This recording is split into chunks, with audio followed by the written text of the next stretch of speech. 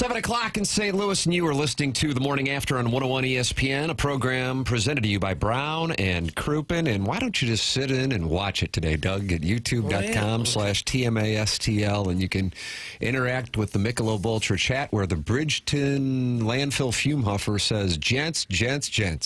Okay. Well, you want me to watch it on YouTube, so I guess it would make sense if I sit here on the show and look up at a monitor on YouTube of us talking. That's how I should consume this product? That's correct. Okay. Just sign in. That way we get credit for it. No. Oh, all right. If I knew how, I would. Run TMC 50 has just posted what I gather is breaking news. I didn't see this, Jackson. Joey Ladorti dropped Bazzori to a 7 seed, and they'll be in Cleveland taking on Whaler. Is that correct? Whaler. Have you looked at the updated bracketology? Yeah. How would there be something new since last night? Yeah. Nothing Because happened. they're making it up.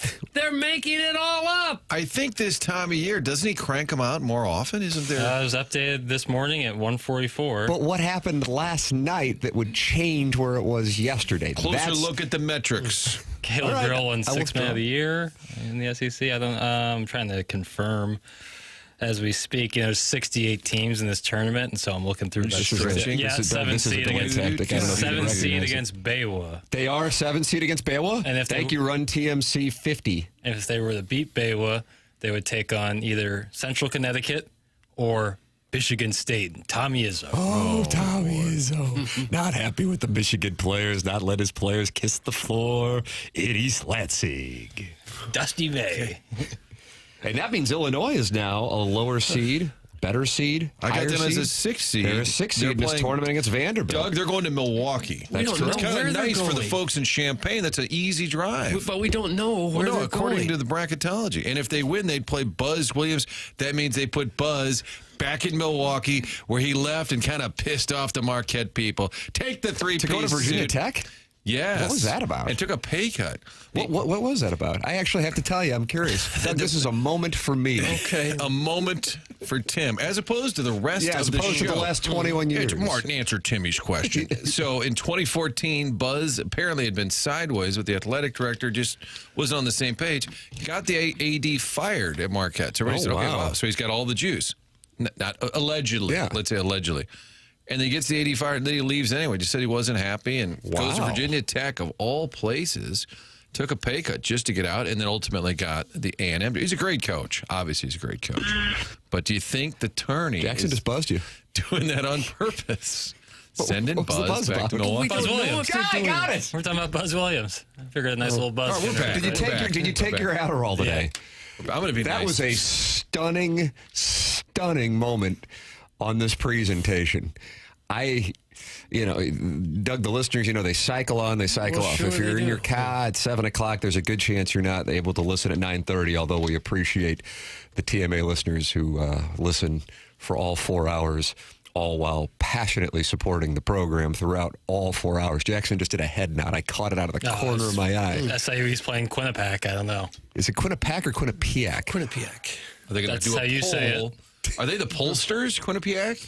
They'd have to be. I just called him Quinnipiac, so I'm not sure if I'm really the expert. At 9:30, Jackson, per a question from Martin, acknowledged that he had not taken his medication, and it became clear how impactful the medication is. Is this something that regularly Well, happens? I wouldn't say that I then turn into some sort of dullard if I'm not. No. dullard. But you are more effective and dialed in when Yeah. you're on your. 100%. 100%. But I had never known when you're not on it. So how often are you not on it? Any day I'm not working. Okay. Any day, no. But I mean, we've worked together for 5 years. How often does this happen? The first 3 years I was never on it. And then. Oh, really? This is pretty recent I've gotten back on it. Huh. Yeah. I want to be more effective. And there's more responsibility in my job as the year's gone on, as it normally does. And, so if I'm prescribed it, might as well take it. Amen. I just had to tell that That was a good read. You It wasn't just even on my radar. We're very tight, and I just couldn't tell. But I said something is just a tick off. I wasn't sure. So I had to ask. And I wasn't trying to be rude. Like you say to your friend, geez, you're off your meds today. You can say it sarcastically. I took no offense to it. I meant it in just genuine curiosity. Yeah, I took no offense. But it was a fun turn for the show. It was a hell of a development. Should have pulled Addie Free Jackson into a 3-hour QFTA yesterday. That's from Mr. Mudjack Mike. Jackson, would that have been right up your alley? That would have been a problem. No, not on Monday. 3 hours on Monday's a bad day for QFTA? a 3-hour QFTA on Monday. The QFTAs are going to start to get more and more brief as the weather gets better and better and better. And speaking of which, I spent approximately 3 hours yesterday at Family Golf and Learning Center. Oh, did you? And you go, wow, you're really committed to your game. I might have swung the club about 10 times. In a Norman Rockwell vision, but parents can relate to this, I would imagine. You think something's going to be beautiful with your children, and then the actual execution of said event is the complete opposite, Doug. Martin, I would imagine you have experienced this. Many of the listeners have experienced this. Thought it's a beautiful day. Take my 7-year-old and my 3-year-old to Family Golf. We'll go out there, give my wife some time to enjoy the silence. Depeche Mode, was that 1990? I don't know the year. I don't know the year. I think it might have been 89. Really? We're going to split the difference? I'm going to go 90, and then I get 89 I and think 91. it might have been. No, Is it 90? Yeah, I feel like I was at the University High School then. Before 91, that's the only to thing I'm U-High sure on the win last night over Seckman, by the way. So we go there, and individually, they're fine, but when they're together, all hell's breaking loose. I can't get the 3-year-old to leave. He starts throwing golf balls and his club. Well, sure. Then the 7-year-old is baiting him.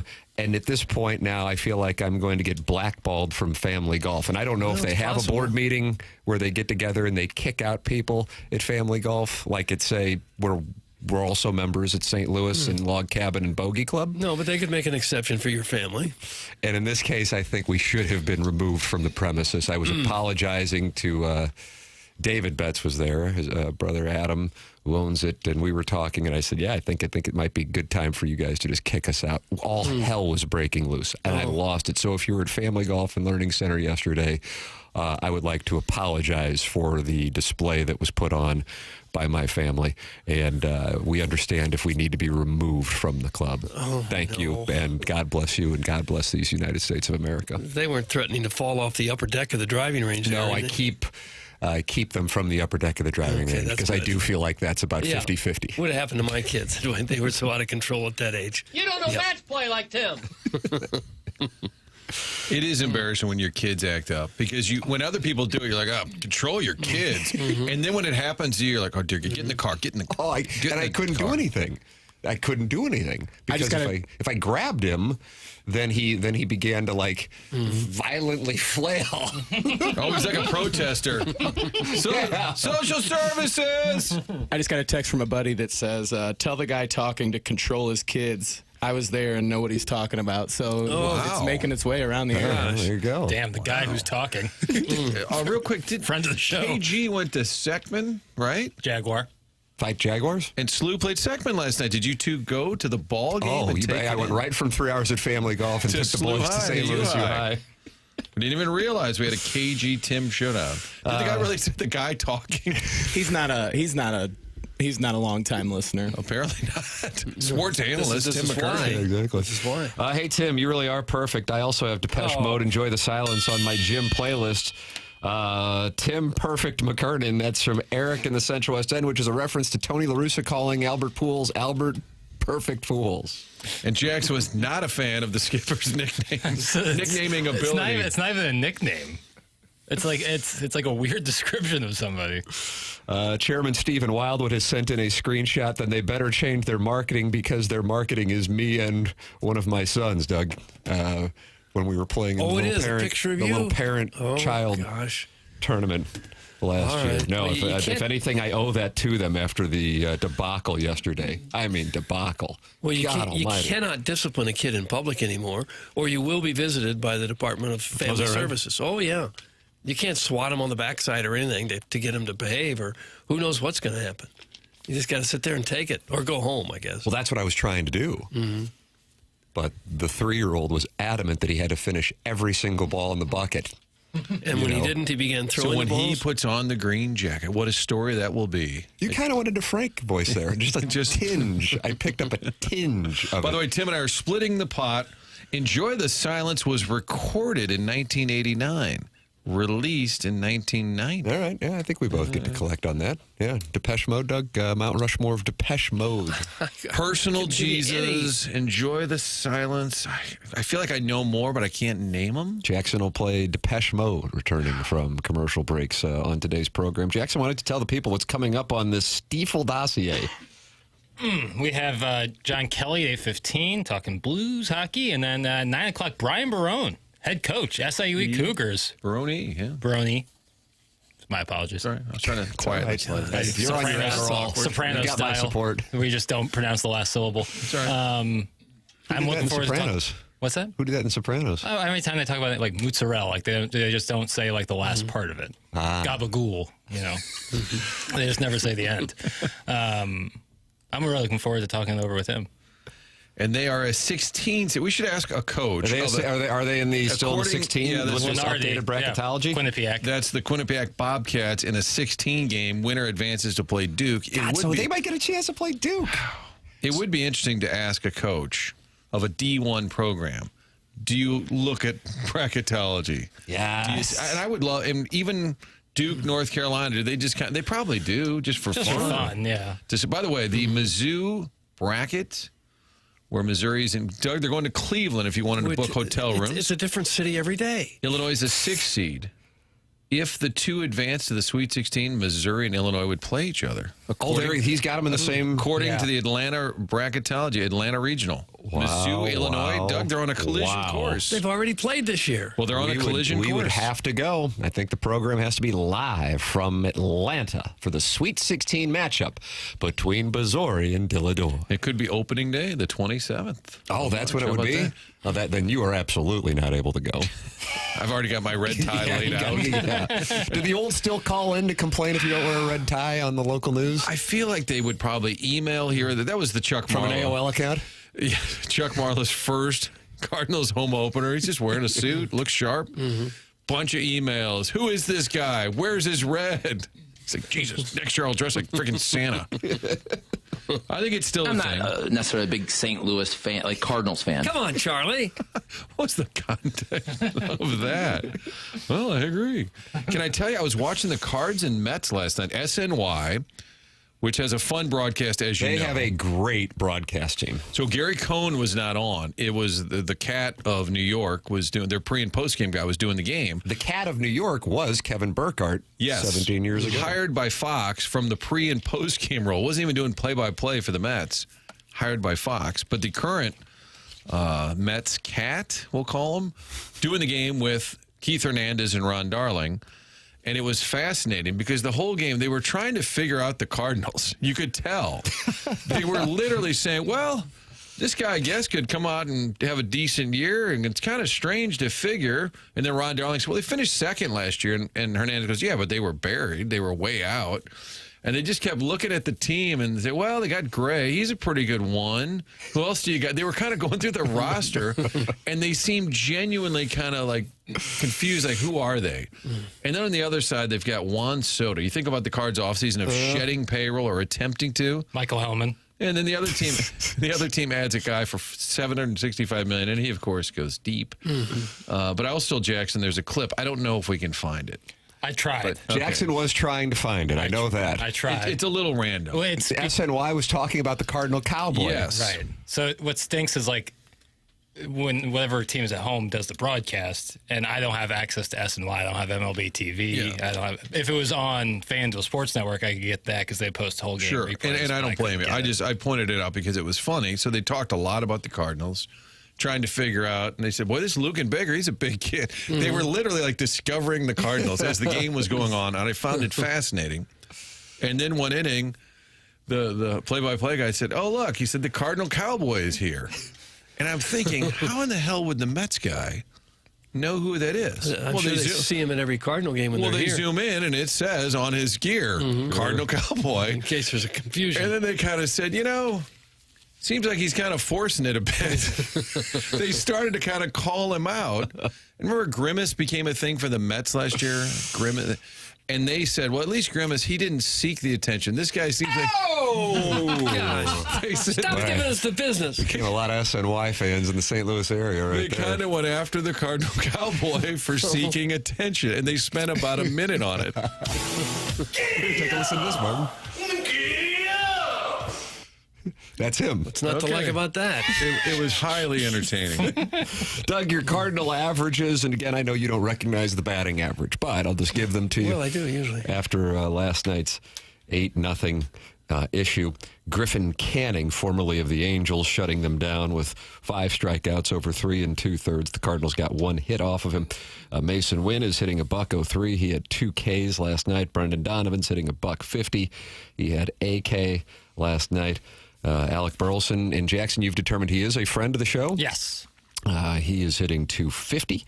Lucan Baker, a delightful gentleman, who was going to get a chance at first base before the catcher they signed 3 years ago didn't want to get traded, and so now he's at first base. Lucan Baker is the one guy hitting over 300. He is at 304. So he'll end up in Memphis for sure. Yeah, there's no room for him. Nolan Gorman had a hit last night, one of the 3 hits the Cardinals had. Baker had one as well. He is at 219. Pages 0 for 2 with a K, $167. And friend of the program, this one legitimate friend of the program, Victor Scott, is at 318. Michael Ciani, for the record, he's hitting 400. 40. He's hitting 40. God in heaven. Missed the decimal point. Move the decimal. .040. You didn't say 40, did you? I didn't. No, he is. The man's hitting 40. So, Martin, there it is. Now, Juan, so you can say spring training doesn't matter. That's fine. Juan Soto's hitting 444. Mm-hmm. And Soto's got 3 home runs, and I see there's an ESPN headline online. Soto crushes 3rd home run of the spring. Baker has 3 home runs, and not a word. No. No one cares. Not a big deal. We're going to not get this gonna Lucan matter. Baker movement going. Mm-hmm. Everybody around the country will be talking about Lucan Baker. It just felt really notable where the Cardinals and Mets had this great rivalry historically, but you're watching this game, and the Mets feel like a team that's contending and they're spending, and then the other team is getting shut out, can barely get a hit. But this not hitting has been going on for a while. Like this, I mean, the 2019 NLCS is still fresh in everyone's brain. Oh, God bless. Thank you for citing but this. That's 5.5 years ago. I couldn't agree more. Jackson's heard me bitch about that for 5 years. Remember Jeff Albert was the problem? He's now with the Mets. Like, I think he's still there. It's just been going on for a while where you tune in and say, God, they just don't hit. They did have one season where they had an MVP and the guy who finished 3rd. So they had that one year where both The Albert year where things kind of took off in the second half. At least for those 2. But on the whole, it's been a while since they've had a consistently, I wouldn't even say robust offense, but even competitive. It just felt that way again last night. So you look at the lineup, Arenado did not play, but for the most part, you had regulars, for the most part, not all of them. And it was just a really another quiet game. And if you look at spring training, you never draw any conclusions, but it is kind of across the board that guys aren't hitting. Right now, the Cardinals are 8-9, and the Mets are 7-8 in the spring. So we're tied in the Grapefruit League standings. And to me, that says major progress. If we could just get hot, we could win the Grapefruit League? Yes, I'd love to. You know, the Cardinals won the Grapefruit League in 2023, the year they finished in last place. Fun facts for no and tell. Those are called fun facts for no and tell. If you'd like to share fun facts, email the program for the Design Air Heating and Cooling email today. The morning after at InsideSTL.com. Design Air is online at designairservice.com, and Seth Goldcamp has this going on right now. Wonderful weather, and that means it is going to be time to get your air conditioning checked up for the warm weather months. How wonderful is that we get to say that? Look at this forecast, Doug. You know what the high is here the next 3 days? 70-something. 74, 74, 74. How about I warm it up for you on Friday to 76? Yes, please. And even with one bad day in there, a low of 47 on Sunday, it gets right back up into the 70s next week, and sunny So it is wonderful conditions here in the St. Louis area. Martin is a client. Doug is a client. I am a client. It's Design Air, heating and cooling, longest running sponsor on TMA, designairservice.com. You're also welcome to get involved on the show by calling in 314-974-0101. And you can text in to the program as well, 314-399-9646. New York says, or Doug, what does NY stand? Who can tell me what Tim's thoughts were on Jeff Albert a few years ago? Well, I can't. I've forgotten what your thoughts were on Jeff Albert. Probably can't have a strong feeling. I felt like he was getting blamed as coaches and managers do in St. Louis as opposed to players. And then when he left, Mozeliak admitted some of it was he got tired of all the criticism. That was one of the reasons he left. Mm-hmm. We're like, well, maybe don't go to New York. That tends to be a hotbed of said criticism. He's still the current director of hitting. Director of hitting. I don't so is know. there a hitting coach? I don't know. I don't know if that's an overall job where you travel around. I'm not sure. Let's see. We'll look it up. Well, I'm not sure what he's directing has been working very well. Well, you're going after the Mets offense. Oh, well, the Mets are doing all right. When he was director here, whatever title he gave him, didn't work that well. Tim, my kids know the look, and it means an ass whooping's on the way. Usually straightens them up for a few minutes. That's for the 636. Do you have a look you can give them? Yeah, I think I probably inherited that, just like my job from my father. But I'm not necessarily in the ass whooping school of parenting, if that's what people will do. Hey, you know what I say?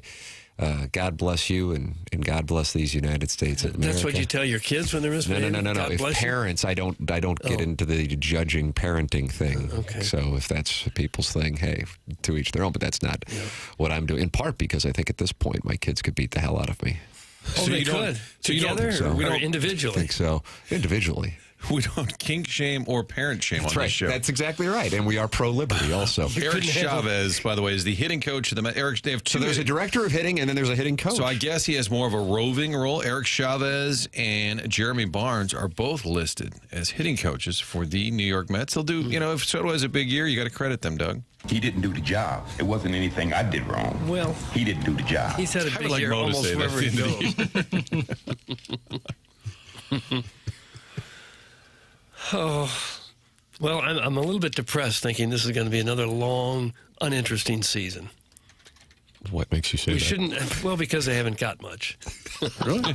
They haven't got much. It doesn't appear like they've got much. Well, maybe they'll shock us. Maybe they'll surprise us. Maybe they'll put it together. Seems like all that energy they had when we were there is sort of dissipated over the last couple of weeks. But you know what? It doesn't matter. They'll be fine. March 27th, they'll come out roaring. They win that opener 8-1. Now I'm feeling better. All of a sudden, everybody's fine. How are the sports? Are they great? Well, they're not that great, but they're okay. On Friday, when Shen stayed, whether Army was hoping to move him or not, Shen stayed. I tweeted out and said, "Hey, Shen wants to be here." I saw that tweet, and I didn't know if you were doing material. Oh, see, I was being sarcastic. And this guy tweets and goes, really? Cardinals suck. Blues are barely in the mix. Battlehawks will suck. What are you talking about? This is what happens when the TMA people start following you. And I said, well, I was actually kidding, but shame on me for it not being obvious. Are we sure the Battlehawks are going to suck too? Well, somebody said that Becht is going to blow it. I'm like, well, that's a hard take for preseason UFL. Preseason UFL. Wow. Sadly, Tim, the fact that text came from the 636, it means, quote, the look was probably given during a second grade baseball game after his son went 0 for 3 with 3 strikeouts. That's from You Mr. can't allow Licks. that. You can't allow that. Straight to Tower T after that. You're going to get in some swings.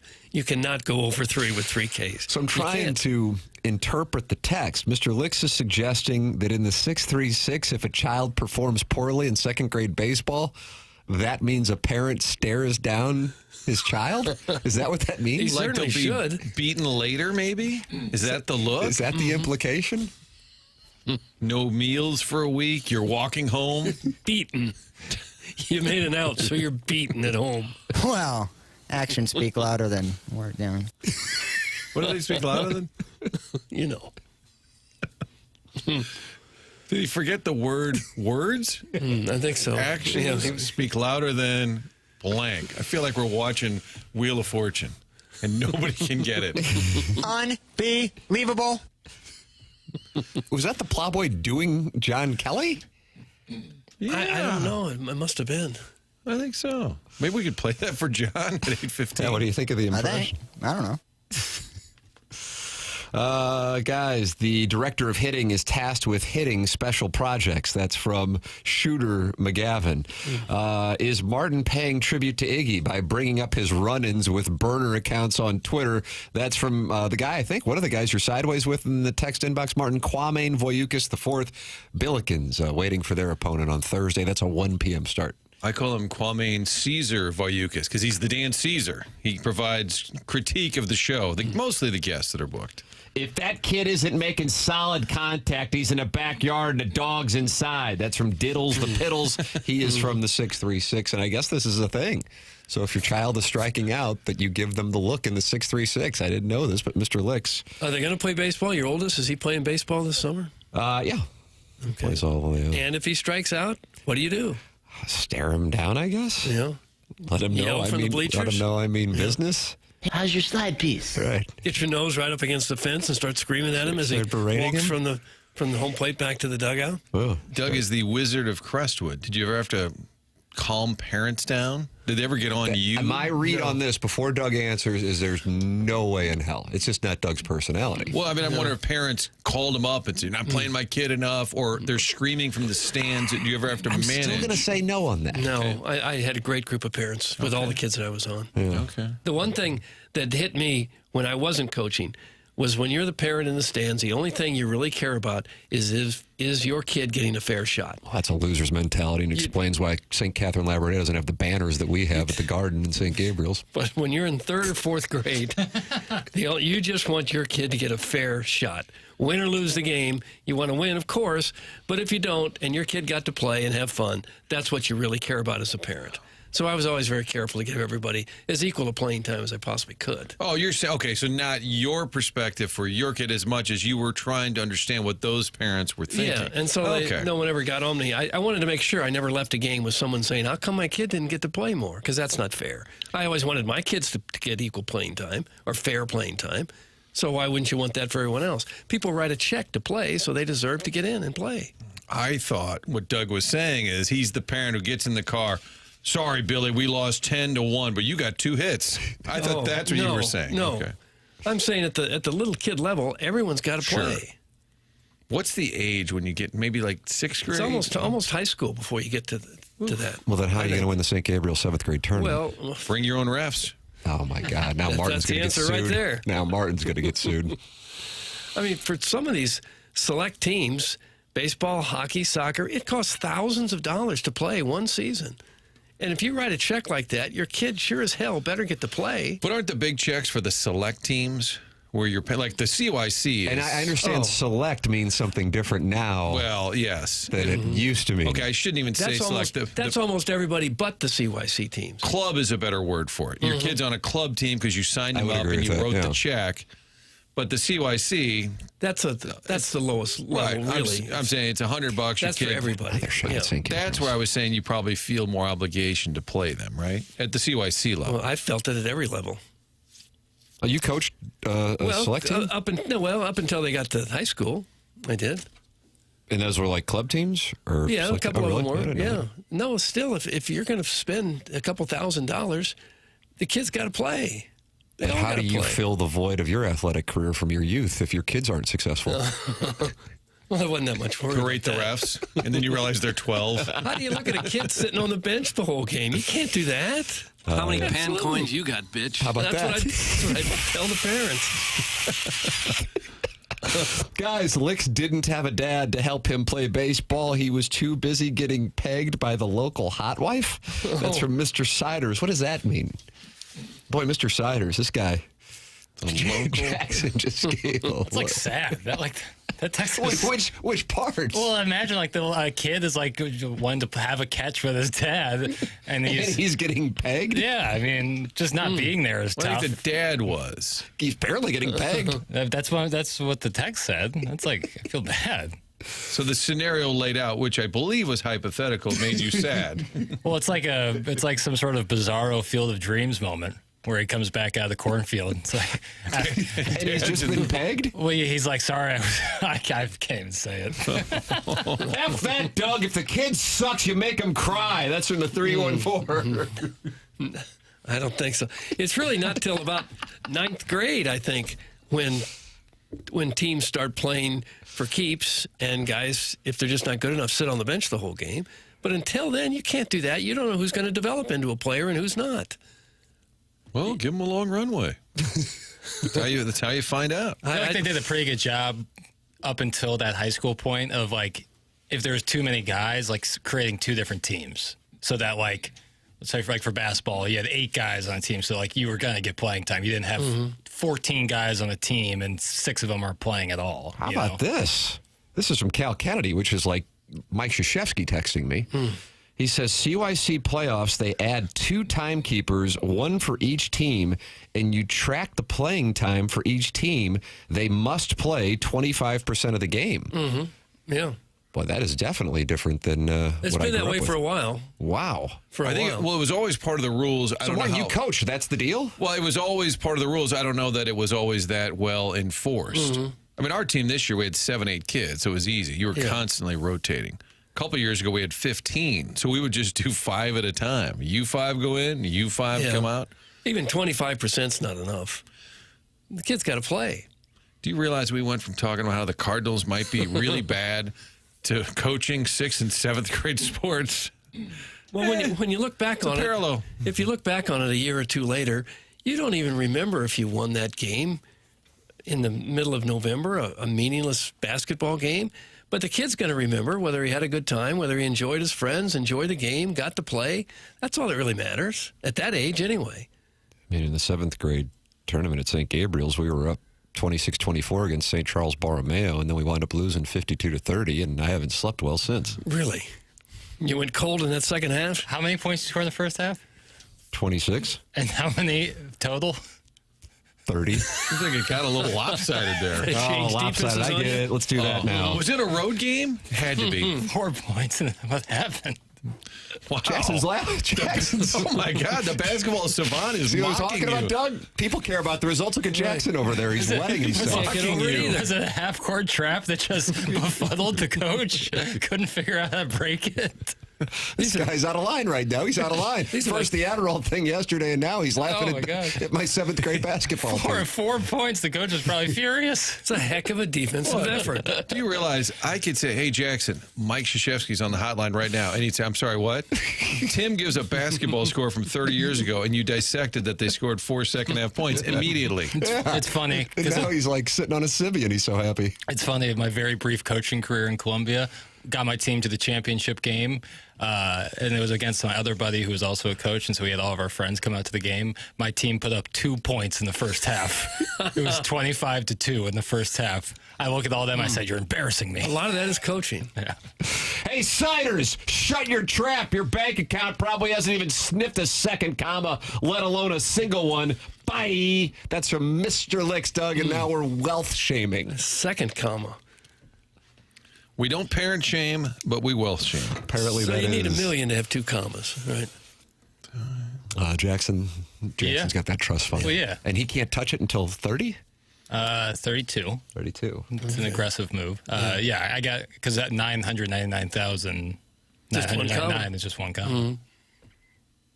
So get your commas up there. Yeah. Screw that, Doug. If the kid sucks, you threaten to pull them off the team and enroll them in dance until they put the work in to improve. Dance. My stepdad and I used to paint each other's chest. I did have, in baseball, I had a couple kids that were about the worst on the team when they were 7 or 8, and then wound up playing on their high school teams later. Is that right? Pretty good players, yeah. You just never know who's gonna develop. Sometimes you can tell. The star kids are usually stars right from the get-go. But sometimes as a kid who's borderline player when he's a little kid and then grows up tall and big and much stronger and becomes a pretty good player. Not taking no shots right there. Didn't mean to look at you when I said taller or bigger. Right there. That was the part that gave What's it away really to me. sad is when you get to know like the kids that are good and the one kid's playing only hockey and you say to his parents, hey, you ought to come out for basketball this year. We could, you try and talk the parents into their kid playing on your 6th grade team because you could really you could use the rebounding help. Yeah, did that a few times.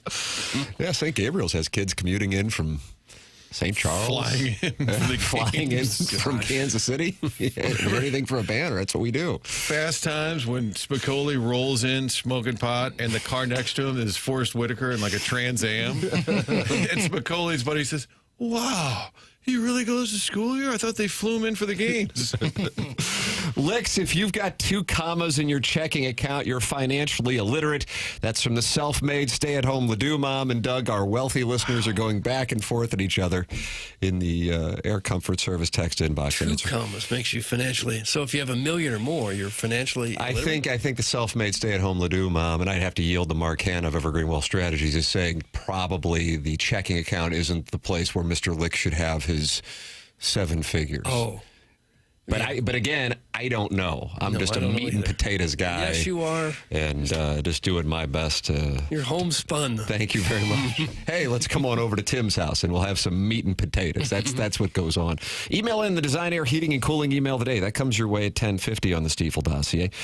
John Kelly with us at 8:15 for the 101 ESPN St. Louis Blues interview. And Brian Barone, the head coach of SIU Edwardsville. And he could be coaching against Duke or Bruce Pearl next week. I mean, that's what he could be staring down the barrel of. I mean, how about that? What a great thing. What if they have the 16-1? You know, I mean, that's what you dream of. Yeah. This is what you dream of. And the best part is, I would think, he's free rolling. Nobody expects him to do a damn thing. That's what makes you dangerous. I agree.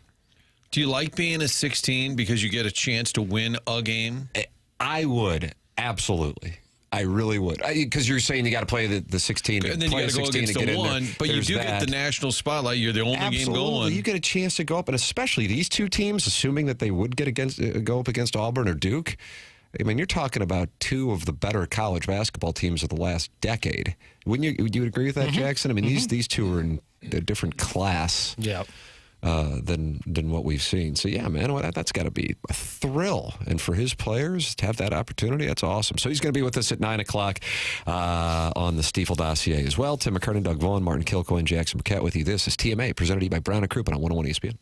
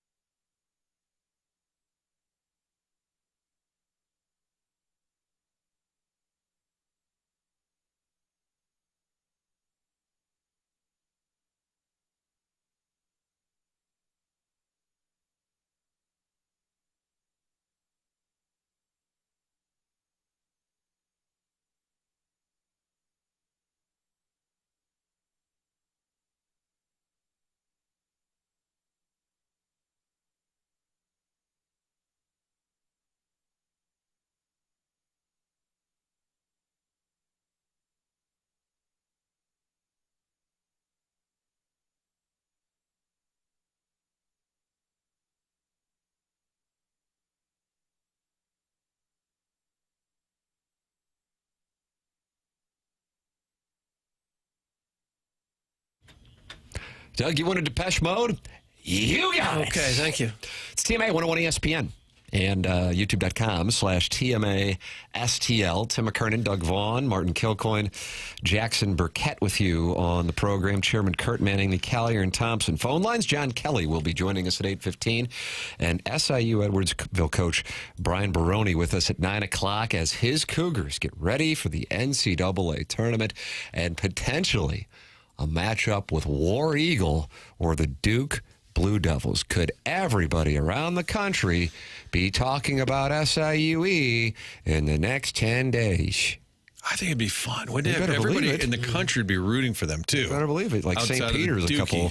Well, that's the cool thing about like the 1/16 or like the big upset matchups is usually they're played, in this case, it would be played in Raleigh, so probably going to be tough. But like, Is that where they have Duke playing? That's where it has Duke playing right now, is in Raleigh. God. Can you imagine that? I know. If SIUE were to win that game, were to beat Duke in Raleigh, it might go down as the biggest upset in tournament history. Be right up there. But usually, like in the case of Auburn, who's playing in Lexington, you would get the entire home crowd on your side. Like you start having like a little 10-0 run, and you're up 5 points late in the first half. That crowd is going to be on your side so hard for the rest of the game. Can I sell you on Dick Vitale getting on board because you got Izzo, you got Patino, Calipari, Barone? Nice. You with me? Sorry, Tom Izzo.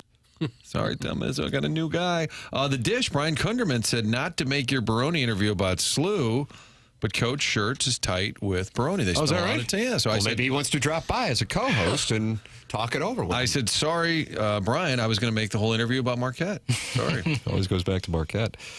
Biggest upsets in NCAA tournament history statistically. 2 would be obvious. Yeah, UMBC over Virginia, and then Fairleigh Dickinson over Purdue. That's correct. Surprisingly, Princeton over Arizona, which then, of course, led to Princeton over Missouri, from a point spread standpoint. Yeah, Zona was really good that year. Was a monster. FGCU Georgetown? That is listed, correct. St. Peter's over Kentucky. All pretty recent. Yes. Lehigh over Duke. That's C.J. McCollum. Shout out to the Prez. But all, yes, they are listed. And, of course, Norfolk State. And that just puts Jackson in a bad spot. Yeah, boy, that ruined ended on the Lehigh one. Mm-hmm. Hampton beating Iowa State 2001. Coppin State beating South Carolina 97. And Middle Tennessee beating Michigan State in 2016. Is it a 15-2? Yes. Was it? Yeah. But it's amazing how many of those you rattle off are in recent years. Yeah. I just think that's because more and more talent is choosing basketball. More people are trying to play basketball. So maybe Mizzou was ahead of the curve, Jackson. Getting knocked off by a 15. It was about to be, it was cool. It was about to become a thing. Yeah, certainly. Yeah. I think the FGCU year was the next year, I believe, if I'm not mistaken. 13-14. There's an awful lot of talent in the United States for basketball players. So much. And now you're even bringing them in from Europe and other places. That's true. Yeah, and when you're in a sport when there's only 5 guys on the field at one time, there's a pretty good chance that a lesser school can compete with the Blue Bloods. And I think the increased volume of 3-point shooting can kind of even the playing field. Like, because if you just get hot from deep and you're unconscious, you can win that baby. Yes, you can always stay in the game. And that's the key. So that's probably, I think the influx of talent, the 3-point shot. The other element for Edwardsville, if you play in that first 4 in Dayton, it's drivable. You could get a nice crowd, kind of enjoy because otherwise they may ship you out to Seattle or wherever. That's a tough ask for people at the last minute. I think in 2019, Dr. Chaffetz paid for a bunch of people. He bought a bunch of plane tickets. Frank and I were doing the show, and he said, have people text in that want to go, and I'll get them a ticket. How about that? Because they played out west, the Billikens, in 2019. I forget where, but he bought a bunch of people plane tickets. Wouldn't it be fun to have that kind of money and do things just like do that? fun stuff, yeah. Well, I mean, the self-made stay-at-home Ledoux mom has that. Well, she could do it if she wanted. So maybe she should get a, NetJets for us. Loosen your purse strings, please. Text in and make your offers to fly us private with you. 314-399-9646. You can call in with those as well. 314-974-0101 and talk it over. 196 friends are gathered in the TMA STL YouTube channel right now. It's the Michelob Ultra chat, Michelob Ultra. It's only worth it if you enjoy it. The official sponsor of the TMA YouTube chat is Michelob Ultra. And with the weather warming up, Well, I'll tell you what, there is nothing better than being out on the golf course with friends and enjoying a Michelob Ultra. The sponsor of the YouTube chat here on TMA, Michelob Ultra. Great to have them back on board the show. It's 95 calories, 2.6 grams of carbs. Michelob Ultra, it's only worth it if you enjoy it. The official sponsor of the YouTube chat. We have Larry Nicholas on the Callier and Thompson phone lines. Larry, good morning. You are on 101 ESPN with Jackson Burkett. Good morning, guys. What's up? Well, hello, Nixie. How you guys doing? Oh, we're fine. You? I'm doing great. All right, then. Well, what do you think about this tournament? Who do you think is going to be in the Final Four? Anybody from the Midwest, like SIUE or SLU or Mizzou or Illinois. Doug, what a Final Four it'll be. That's the Final Four you're rooting for? Yeah. Yeah, I think we all are here. Yeah, could happen. Well, what happened in the presentation last evening, Larry? Glad you asked, Doug, because I'm going to break it down for you. Okay. The main event was a steel cage match at Madison Square Garden where they had wrestlers 1, 10, 20, and 29. And the only combatants were CM Punk and Seth Rollins. Okay. And the winner of the match was Seth Rollins. No thanks to Roman Reigns. Wow. How about that, Doug? Surprised to hear? I'm not surprised. I'm not really sure who the guys are, but they do indeed sound like stormy combatants. Yeah, because Roman Reigns pulled Seth Rollins out of the cage while the door was still open, because that's one of the ways you can win the match. Mm-hmm. Which is stupid, by the way. Why do you think it's stupid? Well, if getting out of the going through the doors, if getting out of this, if just simply opening the fence wins the match, why wouldn't you do that right at the beginning? Why would you ever even engage your opponent at all? You just run right to the gate and walk out and you win, right? You got to reel them down first to the point where you can get out without them having to try to pull you back into the ring, Doug. Well, maybe not if you start on two separate ends of the ring. You just look to see where the cage is, where the fence is, and then you run right forward and open and get out, and you win. That's your way of doing it, Doug. That's not WWE's way. Okay. All right. Sorry to interrupt. Go ahead. The reason why Roman Reigns came out toward the end of the match last night was because Roman Reigns still has legitimate beef with both Seth Rollins and CM Punk. Oh, what's the beef? Well, back a long time ago, Seth Rollins turned on Roman Reigns and Dean Ambrose, now John Moxley in AEW, when they're all in the Shield. Okay, the job Dean Evanson's doing with CBJ. Playoff team, right? Was he on my hottest coaching group? Yeah, he was. Yeah, you thought he was attractive, didn't you? And you thought Lindy Ruff was attractive? Ruff, and then Rod the Bod. Heaven's sakes! Isn't that weird? Jackson's 26, and he likes his 60. How old's Lindy Ruff? I don't know, but it feels like he's off his Ritalin again. Bryce Harper's dad is hot. And I'm still talking. Okay, go ahead, Larry. Was wondering if he was still there. And CM Punk is technically talking with Paul Heyman because apparently Paul Heyman owes CM Punk a favor. And Roman Reigns doesn't want Paul Heyman to talk to anybody else with him but Roman Reigns. Mm-hmm. So Roman Reigns beat up CM Punk too. Oh, no. Okay, anything else happened that we need to know about?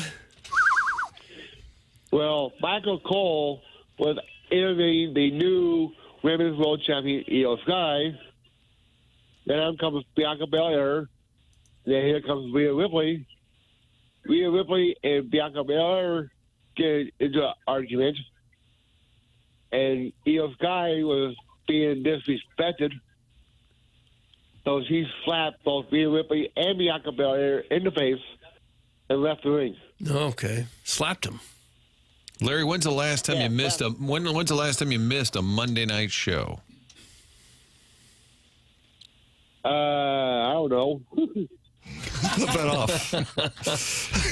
So it's been a while. I appreciate. I don't understand much of what's going on, but I appreciate his consistency and his passion. dedication to his craft. It's an iron horse like streak. Larry, you don't have the top 5 countries in the world available, Martin. These are based on arbitrary rankings. This is Larry's bracketology? Some people think it's based on GDP, but Larry gets information, and then he ranks the 5 countries. Larry, go ahead.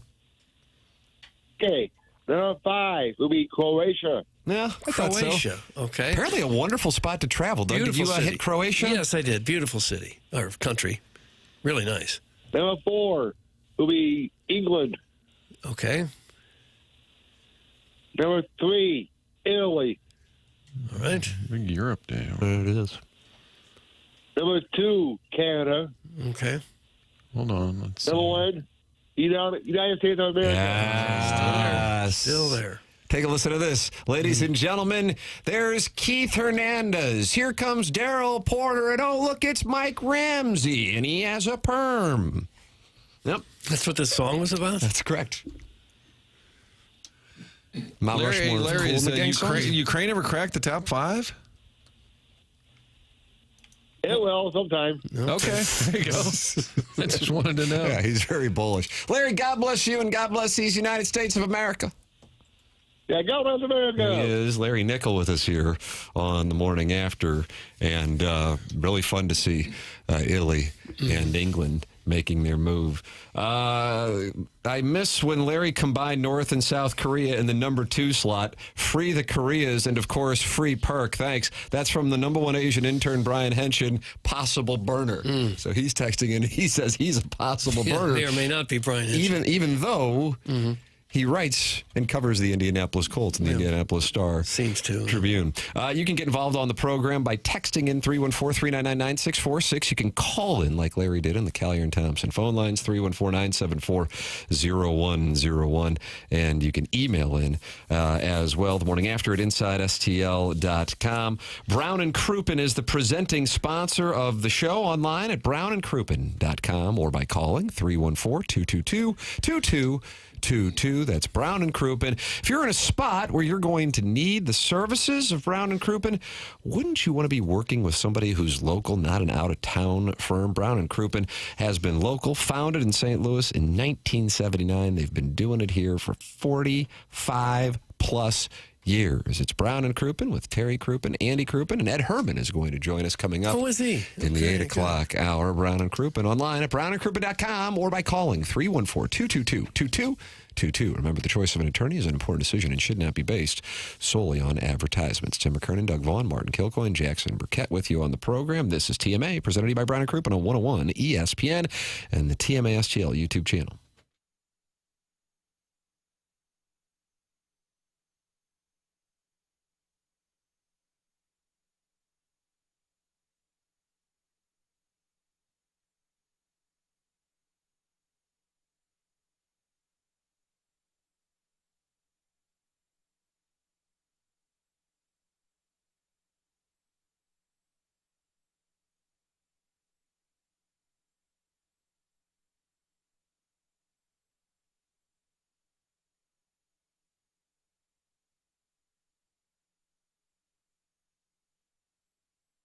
Michael's Flooring has been family and locally owned for over 30 years. Michael takes pride in helping and making sure his employees are happy and make a great living. His passion is flooring, and when you order from him, he wants you to have the best experience for the best price.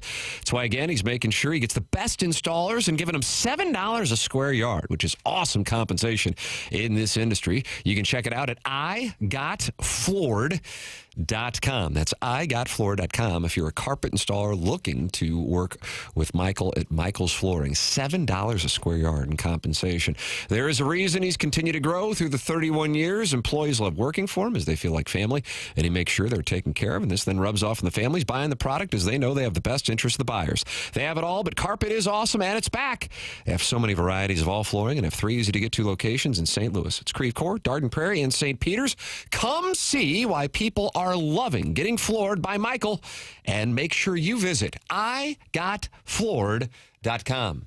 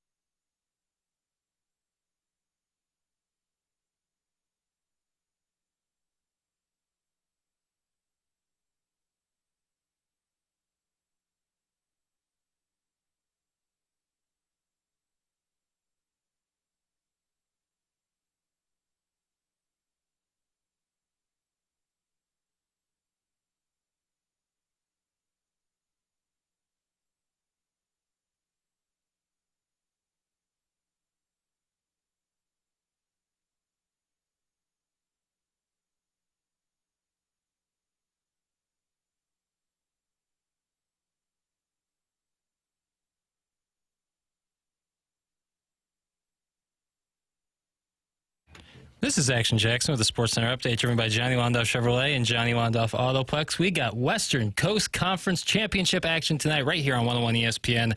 Gonzaga taking on St. Mary's. Tip-off at 8 p.m. right here on 101 ESPN. That was another Sports Center update driven by Johnny Londoff Chevrolet and Johnny Londoff Autoplex. See them at Londoff.com. Chevy, together we drive. Are you kidding me?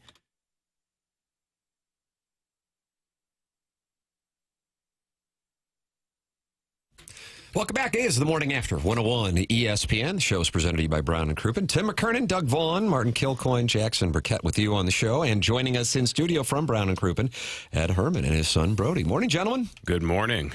Ed, the Yankees news on Garrett Cole being done for the season, I would imagine, is rough for you as a Yankees fan. But we believe on this program that there is a deal to be done between the Cardinals and the Yankees. The Yankees get Nolan Arenado and Eric Fetty, and the Cardinals get great things. What do we get? See, now that's Great the thing. things. We actually, Brody and I had this discussion at dinner last night because that seems like such an obvious fit now for the trade. Mm-hmm. And here's what I'm thinking. I'm thinking that now that the Yankees are in the circumstances they are, they're going to need to take all of Arenado's contract. But I do think that we can maybe get the Cardinals to take DJ LeMahieu's remaining contract, which it's bad money, but it's not that bad. It's not as much money as Arenado's. What's his remaining term? $30 million left on the deal. I think he's got 2 years left. Okay. And he's hurting right now, but he's multi-positional and he's a good clubhouse presence and a good team leader. But it's really more of a money thing, right? Because Arenado's owed, what, $78 million? So we take your 30, you take our the 75 or whatever it is. Yeah, we take the 78, so we give you $38 million in relief. Plus, technically, we take Fetty, which is another $7.5 million that the Cardinals really don't need to be spending this year. And then I think we throw back a relief pitcher because I think the Cardinals need to bolster the bullpen. And I can see somebody like an Ian Hamilton, who's reasonably priced and a very good quality left-handed relief pitcher that can slot right in and be effective. Or a mid-level prospect instead. They're not going to get a top prospect if it's mostly a money, shifting deal. But I could see the Yanks parting with the mid-level prospect. Now, last year, LeMahieu hit 204 with 2 home runs. He was hurting. He was hurting all year. Listen, it's bad money. It's bad money. But can't wait for the press release. It's a lot for a $15 million player. It is, but listen. You got to look at the total payroll of the team. 2 batting titles. You really can't look at the individual. He does 1 in each league. Yeah, I thought so. Look, when the thing with LeMahieu is this: when he is healthy, he can play first, he can play second, he can play third, and he can DH, obviously. Mm-hmm. And he produces. But when he's not healthy, and in all fairness, he has a lot of stretches where he's not healthy. It's a bad contract.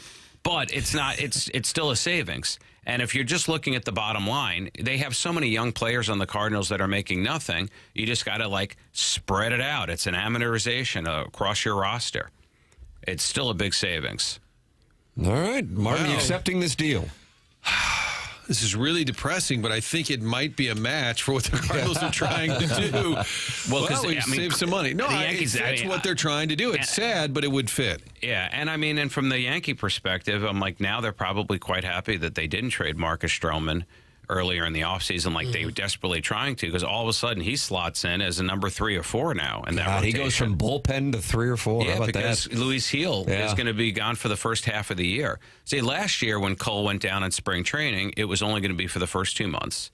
And Luis Gil stepped up and became Rookie of the Year. Now this year they've got a young guy named Will Warren who is having a great spring. He's 3-0 so far, very low ERA. But even if he comes in and produces, he was kind of viewed to be, he can step in and fill in for Luis Gil for those first 3 months. And you'd say, that's not too bad, a young guy, another young guy. But you can't expect 2 years in a row that the Yankees have some rookie that comes in that could adequately replace Garrett Cole. It's just not possible.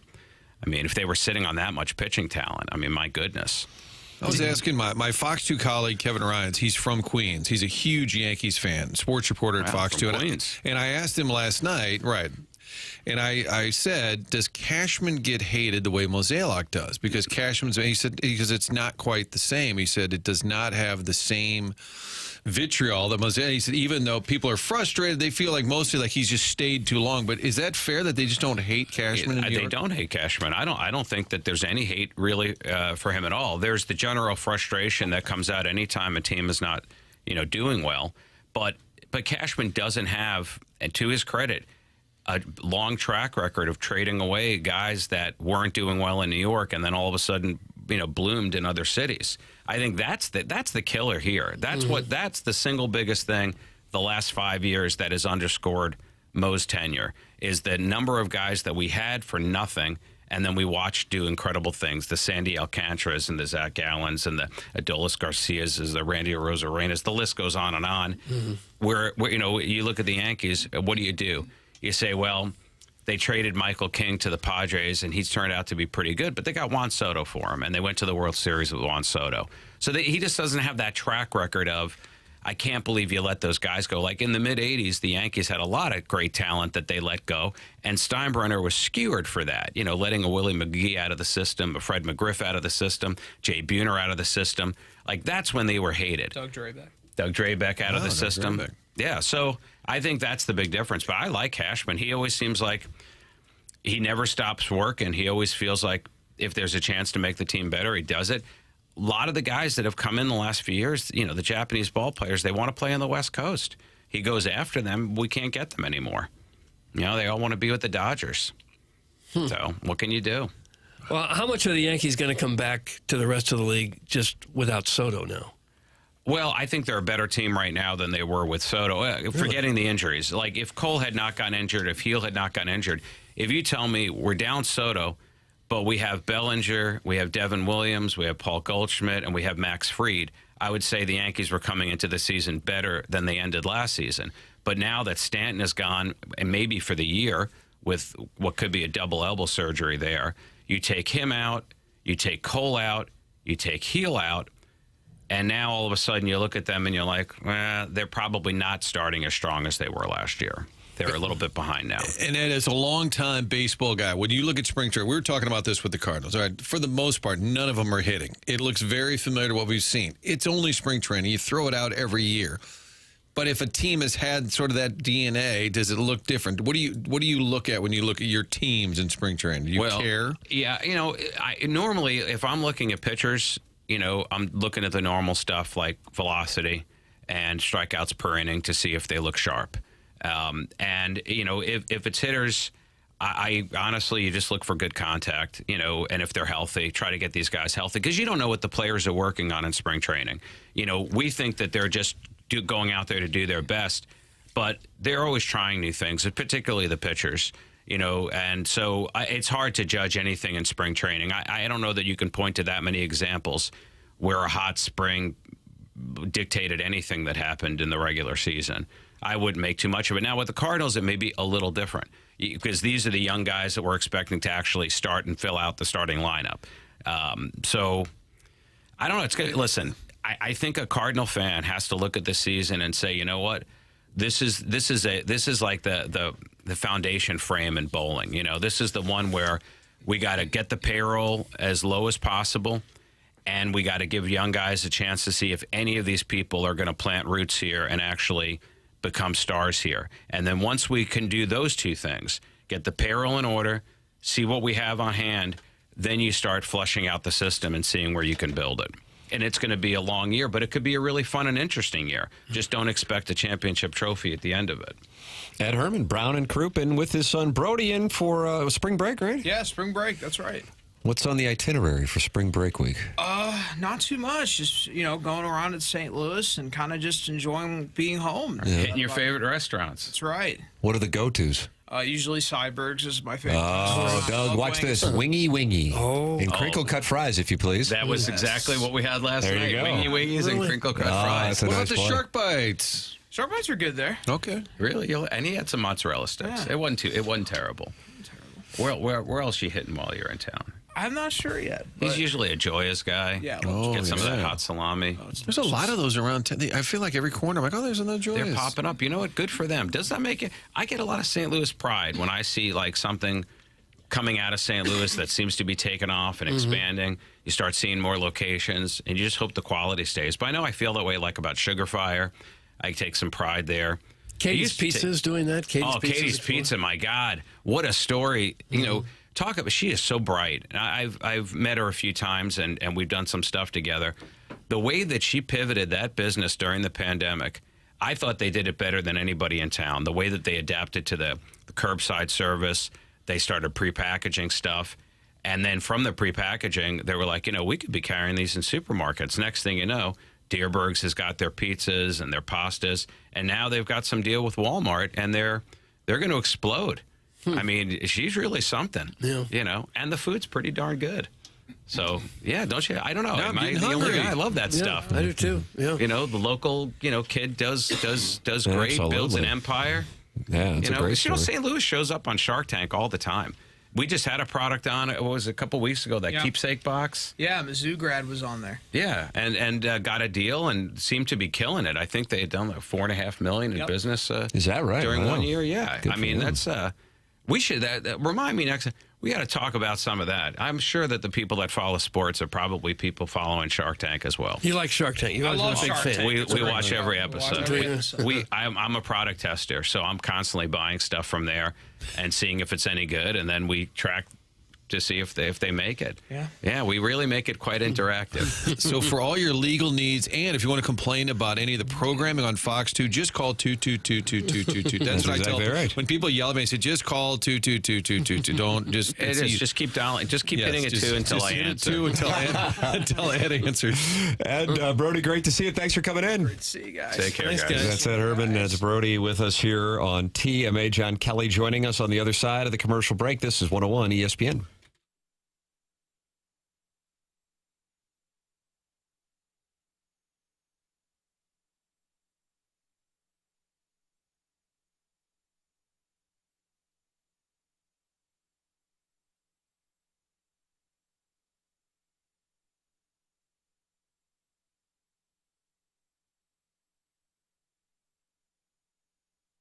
This is Tim McKernan for Stewart's American Mortgage. Everyone knows him as Stewie, and I'm here to tell you, when you think of Stewie, you should automatically think about service because he is the best at it. The mortgage industry continues to fluctuate, and there's not much doubt that the remainder of the year could be interesting when it comes to rate.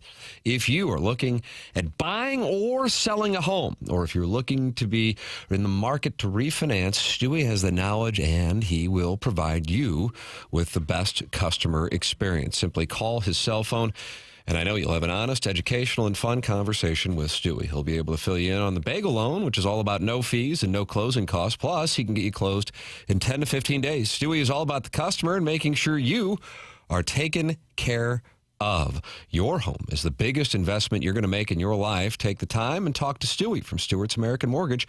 Call him on his cell phone at 314-324-4440, or you can Google the bagel loan.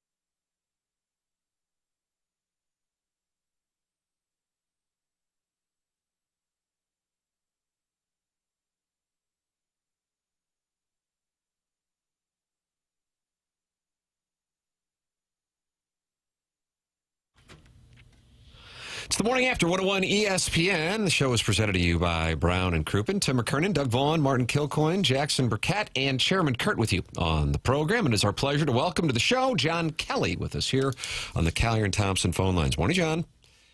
Hey, Tim. How you doing? I'm wonderful. How are you? Back in St. Louis. Yeah, great little spell back here in St. Louis before we head out tomorrow to Pittsburgh to resume our road trip. So good to go home and, swap some clothes and get back out. The trip had to be considered incredibly successful. I mean, 5 of 6 points. I realize it started before that in Dallas, but getting out to L.A., playing the Kings twice and the Ducks once, and picking up 5 of 6 points, especially after the Parayko injury. And I thought, in particular, as odd as it might sound, the game they lost but picked up a point might have been the most impressive. Not that it was necessarily well played so much it was just such a grind to get to the finish line with all the block shots, Joel Hofer out there. I thought that was super impressive and a great way to continue the momentum from the previous two games. Yeah, exactly. I think the two things that were really impressive, number one, you mentioned Joel Hofer.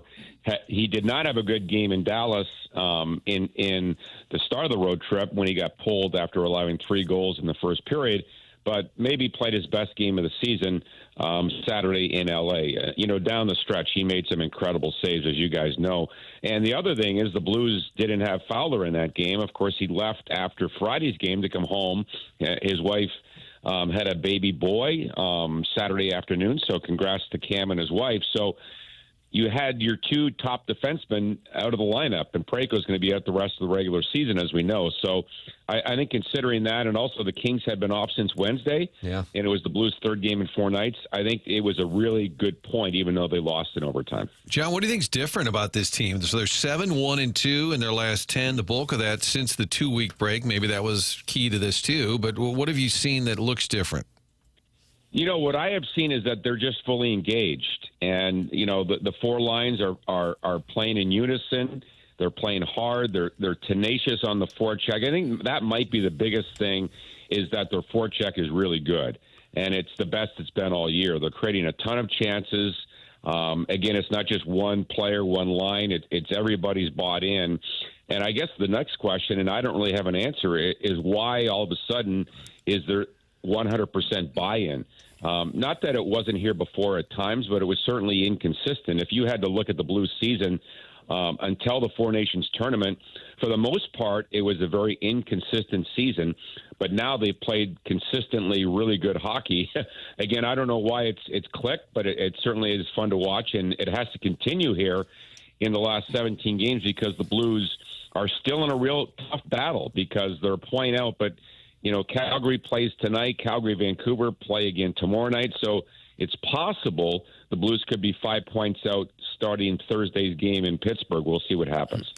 I would think at this point of the season, when you've got 5 days between games, the challenge for the coaching staff is to find that balance between keeping the players sharp, practicing all the time, staying ready, and giving them some rest just to catch their breath a little bit. How are the Blues handling that? Yeah, well, it's a good point, Doug. And I think that, Jim Montgomery is a veteran coach. He's been around hockey his entire life. So the Blues flew home from L.A. Saturday after the game.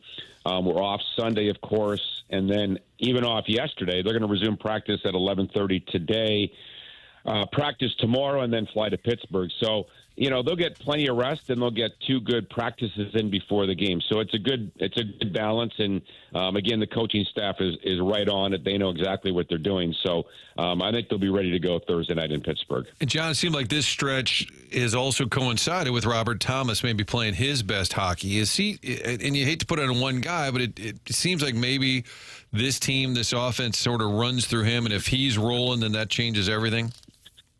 Well, I think for sure he is their best overall offensive player.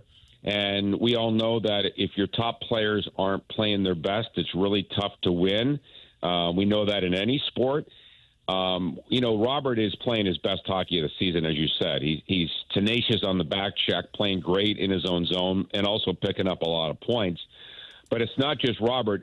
His right winger, Pavel Buchnevich, seems like a different kind of player out of the break. I talked to Pavel a few weeks ago, and he said, rest and treatment really helped him over the Four Nations break. So he admitted he was dealing with something, and to me, he just wasn't skating quite as well as he normally does before the break. So he, to me, is a much better player. Jake Neighbors has fit in really well on that line. So I think, overall the group is playing better, but the top players have picked it up a notch as well. How do you think Tucker has played since he's getting a little bit more ice time now? Well, he came back and he played pretty well in those 2 games, and it's hard to sort of a small sample size, but Tyler Tucker is fine. He can play both sides, left or right side, give you toughness. Still a very young defenseman, as we know. I've liked his game, and I've liked what he's brought to the team this year. He's going to be a solid NHLer. But it is difficult, I would think. He got hurt in Utah about a month ago and missed 3 games, and then they had the break and stuff like that. So coming back, he hadn't played in the NHL for quite a while. But, he's totally fine, and I as an announcer watching him play, I have total trust in what he can do. John, as far as road trips, lengthy road trips, that had to be the best way to do it. 6 nights in a row in Southern California? I'm not saying you guys are just goofing off, but if you're going to go on the road for a week, that's not a bad way to do it. Martin, we were at a great hotel in Santa Monica, and, right on the ocean, and it was sunny. It was arduous. It was really tough. I'm not going to lie to you. Did you kind of grind through it to get through it? We had to grind through it. Wow. You know what? It really was. I think I know, you guys know, and the listeners know, but the biggest hassle when it comes to traveling is packing, unpacking, things like that. We got to the hotel Sunday night after the game in Dallas, and we're in the same hotel until Saturday afternoon. So it was a really nice place. So it was really good. So the Blues did get some rest while they were out there, but, again, played 3 games at 4 nights to end the trip. John, I usually just worry about the announcers and whether they get proper rest. I'm not as worried about the team. And free food would be nice, to be fair, right. Mostly if you were rested. Well, and not only that, not only rest, make sure I have enough sun, vitamin C, so I look good and don't have to use as much makeup on TV. You gotta stay healthy. Yeah, wow. You gotta stay healthy and look good on TV. So that's it. And especially when you have John Hamm in the booth, then you got to look really good because you're up against that guy. And he's a sincere fan. I think some Hollywood people like pretend and throw the cap on and like, where did I grow up? What was the name of the team? He really is into it. He really is. It's genuine. And he's such a nice guy. He spent the entire second period with us, as you probably know, and just gave us a ton of time and insight. And, he follows the team and knows the players and things like that, and is obviously a very busy man. So we couldn't be more grateful for his support and for him joining us Saturday in L.A. Wow. I would say John Hamm's a true fan. It's not just Caruso roping him in, Doug. He is a true fan, John Hamm. And it used to be whenever he would show up, wouldn't Barbashev score every time Hamm stepped in the booth? Yes, he did. A big goal, and he played the clip when he went on Jimmy Fallon of that goal and him really calling the goal. So I'm sure it was a highlight of John Hamm's career, quite honestly. Yeah, probably kind of threatening John Kelly's future with John Hamm on the call.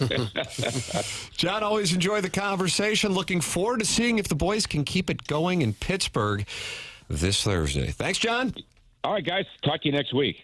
John. The next Tuesday, John Kelly with us here on TMA. Tim McKernan, Doug Vaughn, Martin Kilcoyne, Jackson Burkett, Chairman Kurt Manning, the Collier and Thompson phone lines, 314-974-0101. That is how you can call into the show. You can text in 314-399-9646 and email in for our Design Air Heating and Cooling email today, which comes your way at 10:50 the morning after at InsideSTL.com. Current standings, JV golf coach and self-made stay-at-home Ladue mom, 2 wins apiece. Kermit the Bong and Misty Plops each with 1. Buck Swope currently getting shut out. Yeah. I'll be texting you in no time. So we'll see if he can get it going today. Doug, could you tell us about Design Air Heating and Cooling? Well, that's the place you call if you have any kind of problem with your furnace or air conditioning. Or even if you don't have a problem, you just want to get it maintained. That's a smart way to go. Before you have a problem, call Design Air Heating and Cooling to come out and take a little look-see and clean things up and make sure you don't have a problem. That's what Seth Goldcamp and his family have been doing for St. Louisans since 1904. This is a 4th-generation St. Louis business, and we're happy to report that they are the longest-running TMA supporter and advertiser on this here show. They are best known for their honesty and going above and beyond the call. They will never try to upsell you. They will always give you exactly what you need and nothing more than that. That's how they train their employees, and they take that reputation very seriously. I've had Design Air out to my house on a couple of occasions, and their technicians are all experienced. They know exactly what they're doing. They get in there and they get out and they fix things up, and they're just absolutely professional all the way. The website, easy to navigate with the convenience of online scheduling. So for all of your heating and cooling needs, choose Design Air Heating and Cooling. You're saying, what's the website? Here it is now. DesignAirService.com. That's DesignAirService.com. There it is. Design Air Heating and Cooling. Send your emails in the morning after at InsideSTL.com for our Design Air Heating and Cooling email today. Tim McKernan, Doug Vaughn, Martin Kilcoyne, Jackson Burkett with you. This is TMA, presented to you by Brown & Crouppen on 101 ESPN.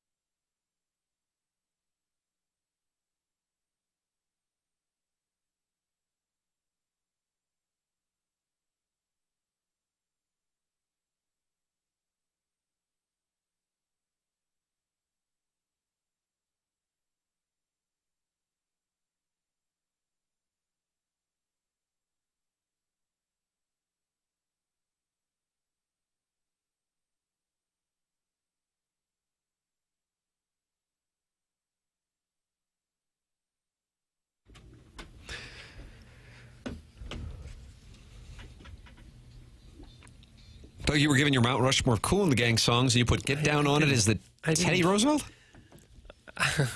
Teddy Roosevelt's not on the Mount Rushmore, is he? What makes you say that? Seriously, dude. It's like Washington, Like, gosh, I Look, don't we're even doing know a who's Mount on there Rushmore now. of who's on Mount Rushmore. We've given so darn many Mount Rushmores, I've forgotten who's on Mount Rushmore. Yeah, Teddy's on there. He is? Okay, good. He should be. I wanted that to He play out should for be. much longer. He's the third from left.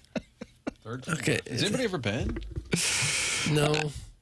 Seems like a whole lot of driving. A lot of driving to see some- that. You don't think the juice is worth the squeeze Well, on that? I'm looking at it here on Google Images, and I feel like I got the gist.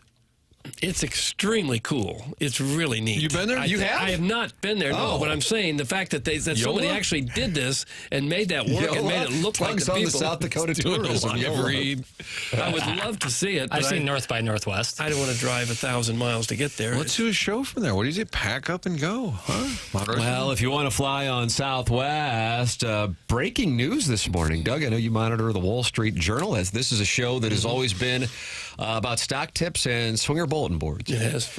And the stock tip here, Southwest dropping because they just announced this morning, and I would imagine many of you just received this email and reading from the Wall Street Journal. Southwest Airlines plans to start charging for checked bags, a seismic shift. Jackson just let out a guttural moan. A seismic shift that will boost revenue, but potentially give its fiercely loyal passengers a reason to shop around. Bags fly free was a policy so sacrosanct.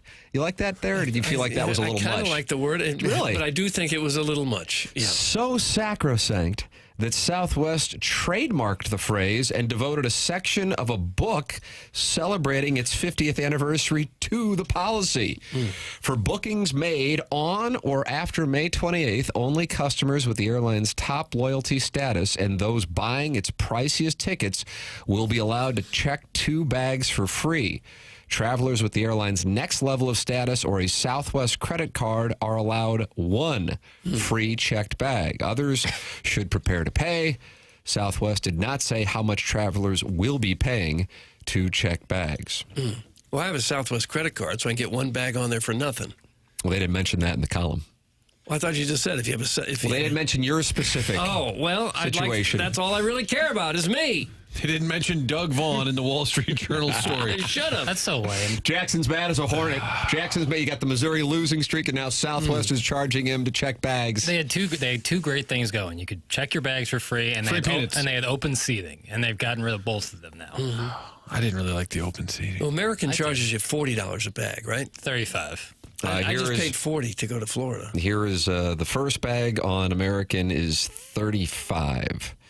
The second I bag paid is $40. $45. The second was 40. Second I know I bag's did pay 45. Yeah, so it came out to Vaughn 40. tax. For 2 Delta bags. 35, second bag 45. United 35, second bag 45. That's pretty much, because if you going there and back, it's another $80 or so. I almost more. never check a bag. You know what this is going to lead to? This is just going to lead to massive Hoosier bin stuffing. Yeah. Everyone's going to try and bring that bag on the plane now that otherwise, hey, checking it. You're right, Martin. And why wouldn't they? Because, I mean, worst case, they're just going to tell you to check it once you get to the gate. So might as well Everyone's going to try. be just shoving those bins and trying to wedge it in there. Well, you can only get a bag that's so big in the bin. Well, people will try. Yeah. Open seating sucks anyway. I want to agree. lock in my seat. That's from Angry Dan. I disagree. I did not enjoy that system. You have to get online 24 and you're just waiting and waiting and waiting. And then and you hit it. It's like B42. What the hell? Because there's people that have paid to be on there automatically. Yeah. You pay extra you for pay that, the too. Extra, which would've been Southwest fine. Airlines is the Greyhound of the sky. It's for the pores. That's from strap-on number 18. That's the 18th strap-on. I don't know that it is for the pores. With flights, I just want to get there as cheaply as possible, truly. It sure seems a lot easier at Lambert to fly Southwest. Yeah. Not a lot of traffic in the main terminal, though, as far as No. flying first class, and you don't fly first class, and you don't have to worry about the riffraff on the flying cattle cars and all the mouth breathers with carry-on beef brisket. Doug, that's from the Veiled Prophet. He hosts a ball every year. How can you avoid breathing out of your mouth every now and then? Brisket. I'm not even sure Southwest has first class. I don't think they do. I don't think it does. Who the hell flies Southwest? It's first class on Delta or no go for me, idiots. That's from Lady Sonia's Teacup. Doug, this, again, speaks to the wealth of the audience, and that's why Stiefel sponsors the dossier. And the head coach of SIUE is going to be with us coming up at 9 o'clock on that Stiefel dossier. It's Scott Barone. There's a lot of airline shaming going on. There's wealth shaming. Line. Yeah. I do have a first-class question. Jackson's probably the guy to ask. I never understood why you would enter through the front and then you'd pass. So if you were in first class, you don't really want to be with the riffraff. Yet you have to see them all walk by. Some planes have it where you can enter about the 8th row, and so you don't traverse through first class. Or put them on at the end. And don't you walk through first class and kind of look to see if it's somebody that you, like a celeb or whatnot? Have you ever flown first class?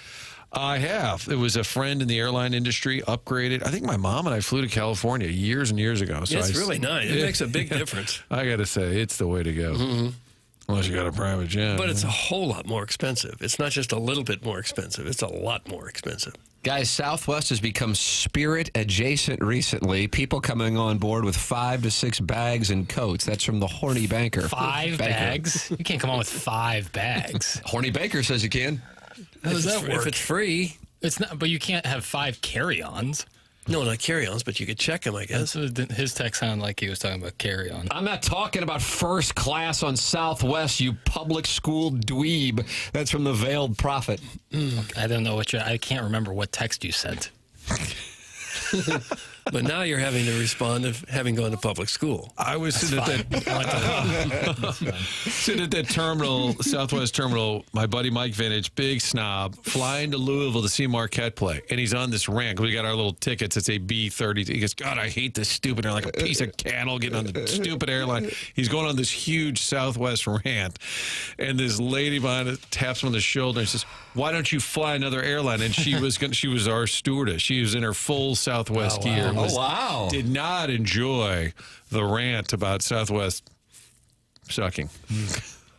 I'm paying for first class. I want to be in my seat enjoying my warm nuts while you dirtbags board. That's from Strap-On number 18. Doug, again, that's the 18th Strap-On. Well, like, where are you flying? The other 17. Like, you have to get first class to fly to Atlanta? Like, come on.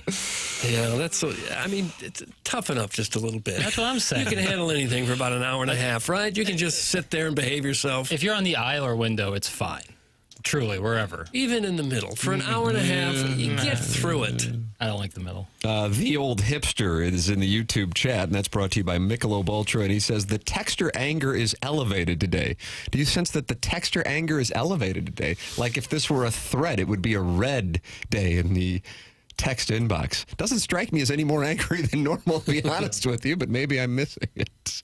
I agree. I think it's kind of on brand. Yeah, that is the brand. So Southwest making that announcement early this morning, and Doug, its stock is trending downward and so this is a way to bump the revenue, but it could lead to some issues for the people who have been flying Southwest for a number of years. For the record, it does not kick in until May 28th.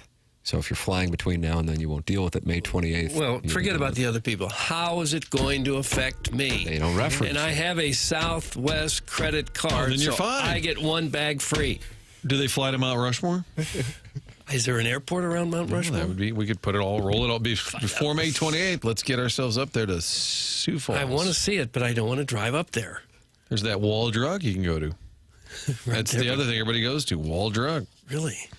Go to Sturgis. Get your Harley out, Doug, for the spring, summer season. That's right there at Mount Rushmore. Looks like it's all regionals. Somewhere up there. Sioux Falls Regional. Thank you, Jackson. I always enjoy when we have horny Stephen A. Smith on his podcast, but why would he be Randy talking about Tim Tebow? All I know is I see it in Fun with Audio. This could be quite a moment for his presidential campaign. Are you on, Tim? This is Fun with Audio, number 4. Page 3. It says horny Stephen A. I keep the dossier on my laptop. Oh, okay. That way Jackson updates it throughout the program. I actually have updated several times. And it is a fluid dossier. All right, I'll take a listen to the audio. This is from Skip Bayless's podcast. Bringing up my greatest moment in my career, which could have been your lowest moment in your career, was Tebow's touchdown pass in overtime in the home playoff game against your Pittsburgh Steelers, Ben Roethlisberger and Mike Tomlin, that won the game for the then Denver Broncos. Do you remember that moment? Well, first of all, I'll never forget it for several reasons. Number one, at the time, I mean, you know me. I mean, I'm happy. I'm good now and all of this stuff. You know, I've been single all my life and had a very, very beautiful, sexy woman in my life at that time. And you know, I was having a really, really, really good time most evenings with her, Skip Bayless. Mm-hmm. And I would always make sure there was a little action going on. Mm-hmm. And Tim Tebow threw that damn touchdown to Demaryius Thomas. I collapsed on the floor. And I laid there for over 2 hours. I literally, after I finally got up from that living room floor, and I was unable, I just was unable, I was in no, I was just so, I couldn't eat, couldn't have sex, couldn't do nothing. I was just, I felt that it was just the most awful feeling I've had, one of the most awful feelings I've had in my career. Okay, let's not overreact or anything. So it said the horny Stephen A. Yeah, talking it over about Tim Tebow with Skip Bayless.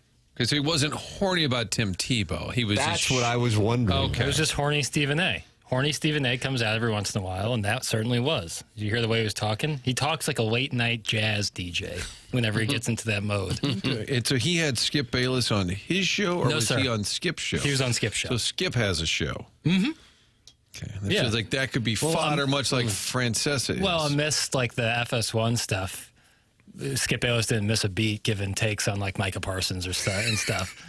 So I think he's grinding on that pod. I haven't listened to it in its entirety ever, and I likely clip off that entire, and I likely never will. But you know, good on him. Good on him. Well, I don't want to peek ahead, but Tim, since I'm on page 3, I see what you guys have coming up in the 10 o'clock hour. Can Chinese food be ordered by a single person effectively? I've had this in there for a while. Okay, I feel like I saw that. The dossier has had some things lingering around that I haven't necessarily thrown to, Martin. That would be in that category. Yeah. Well, we glossed over segment 7-1. This may be too broad a question, but do you see a situation in St. Louis in which St. Louis gets another major 4NA sport in the next 25 years? What's NA? North America. You got a problem with that abbreviation? Why would you need to say North America? We didn't think they were going into some African league or some league in the Himalayas. Get another major North American NA, non-alcoholic North American sport in the next 25 years. It's simple, but hashtag full stop. This is, you just asked the question in a different way. The NBA, how would it work here? But hashtag full stop. I don't like. Is this after you took your med yesterday or before? I don't like a bunch of white space on the dossier. I like to have stuff in there. I think just from this was filler. Just from a mindset standpoint, I think it puts you guys in a better mindset. But yeah, it's not like the greatest. It's just a slow day in sports. It's simple, but hashtag full stop. Do you think there's a scenario in which that can happen? Either an NFL or an NBA team in North America. You specifically NBA, said North second baseball team, maybe. I didn't. Wow! Steal it from Nashville. Yeah, well, junior circuit squad. Mm-hmm. We had that and we lost it. Never. It can come back. It's not coming back. Wouldn't it be cool if, like, the 4 markets that had 2 teams were L.A., Chicago, New York, and St. Louis? I did have somebody throw the Kroenke thing at me again. You know how it keeps going, Kroenke's buying the Cardinals, Kroenke, and they were like, it would never work. Nobody supported. It's stupid. Or they said, no, he's buying them and moving them to Nashville. Now, that's a good twist. Yeah. That's a good twist. That'd be too much. We couldn't take that. Don't think the league would allow punch. it. Hashtag full stop. That'd be the knockout punch. He is grinding on that pod. Good Lord, Piddles. I'm having the worst mental images. Thanks a lot. Maybe take an extra dose of meds since you missed yesterday. That's from Sharon, and she's in Sanibel, Clayton, Maui, and Michigan. Maybe get your mind out of the gutter. Talking about grinding on his work. I don't know what to tell you. You think Sharon in Clayton has her mind in the gutter? And if she has had such a bad mental image of that. Tim, every stock is trending downward, hence the extra anger. Us olds now have to postpone our STD-infested retirements to the villages for another 5 years. That's from Saucy Jack. Saucy Jack was going to be moving to the villages, but now he can't? Is that what he's saying? Because of the stock market problems? So. Jackson thinks on a different level. I hadn't considered that before. That's from the 636. Do you feel like you think on a different level? Yeah, but I wouldn't necessarily say that's like a compliment. But yes, I definitely think on a different level. This different level is wondering if we're going to get an NFL or an NBA team? Not necessarily. It was dossier space filler. Okay. Let's call it for what it was. Right. I'm just trying to mix it up, throw some things out there. And you put that as the lead, too. No, see, that's the thing is you guys get just because it's in the A block doesn't mean I think it's the lead.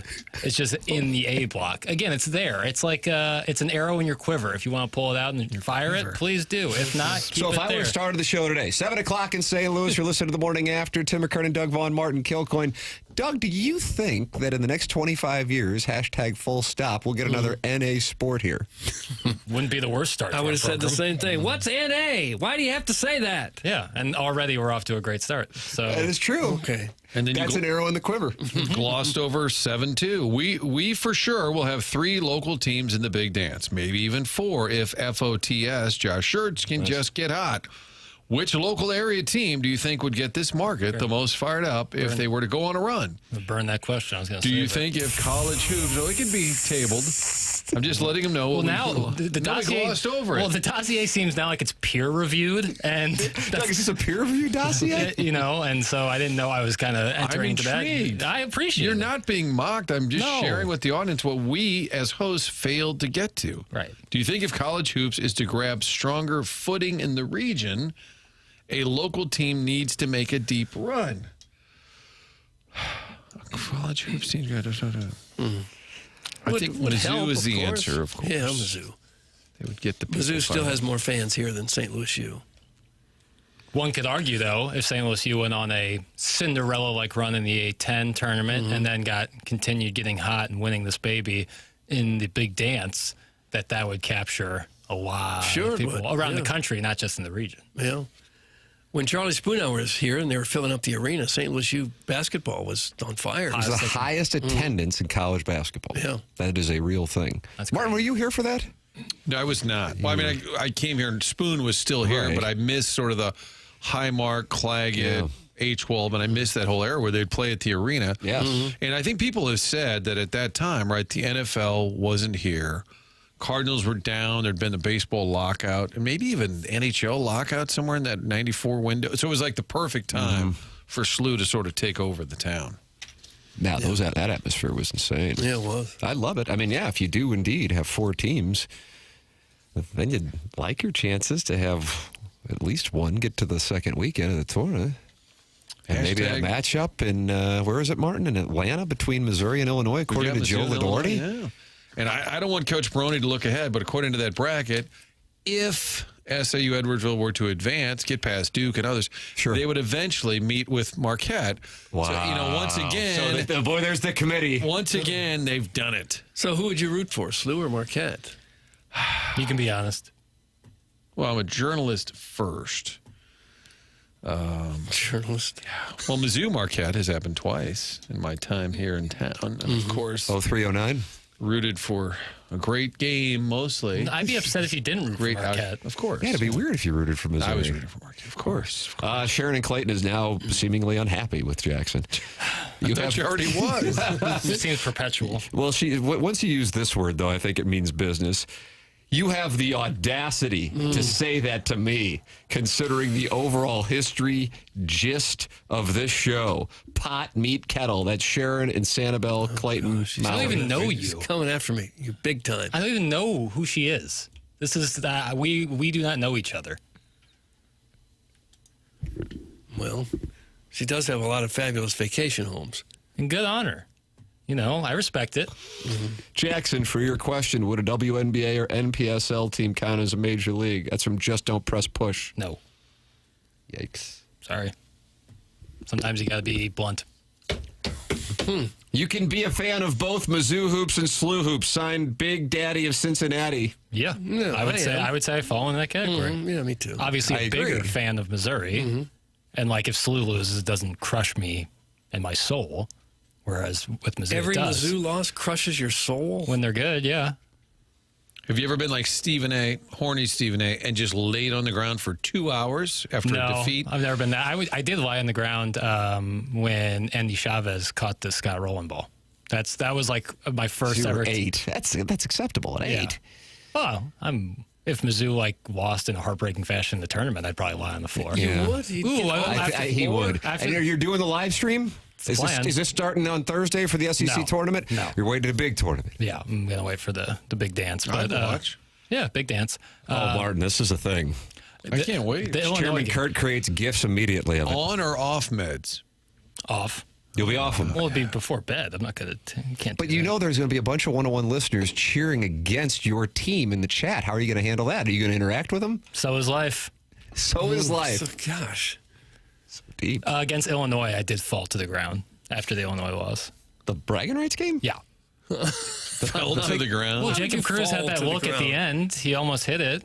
Almost had a game-winning 3, yeah. And so I when can he see missed maybe it, he went to the slumping ground. back into your chair or the couch, but actually falling to the ground? I was like on my knees before that. Were you? Yeah, well, begging for a bucket. I wear my heart on my sleeve. I can't help it. I guess. Can't help it. I guess. But I love what I love. Do you think Stephen A. was exaggerating, perhaps? Yes. He might not have been able to consummate, but I could see him. But I don't think he was on the ground for 2 hours. 2 hours. 2 hours. It's a long time. Muscles would atrophy. Sharon and Clayton is not happy with me, Doug. What no? Also, Tim reads texts out of order. So I just read what I see. A lot of demands coming from Sharon and Clayton. A lot of demands. So if you read my previous one about gagging on Stephen A. Smith and the fossil, is that the name of the podcast? I just don't know. Name of the segment. You know why I didn't appreciate the grinding comment. Once again, I'm just a listener, so I'm not important. Or so not important. I don't know. I try to edit. Oh, my God. Doug, that's from Sharon. You really angered some of our listeners now. By what? Doing my job? Like, I don't understand. I cut some audio. She didn't like it, and now I've committed some sort of offense to her? I don't know. By texting this show incessantly, isn't Sharon falling behind on her cold calls and emails selling various timeshare properties to the elderly, misguided, and the dumbs? Doug, that's Carlos Spicy. Misguided. Dumbs. I like the misguided.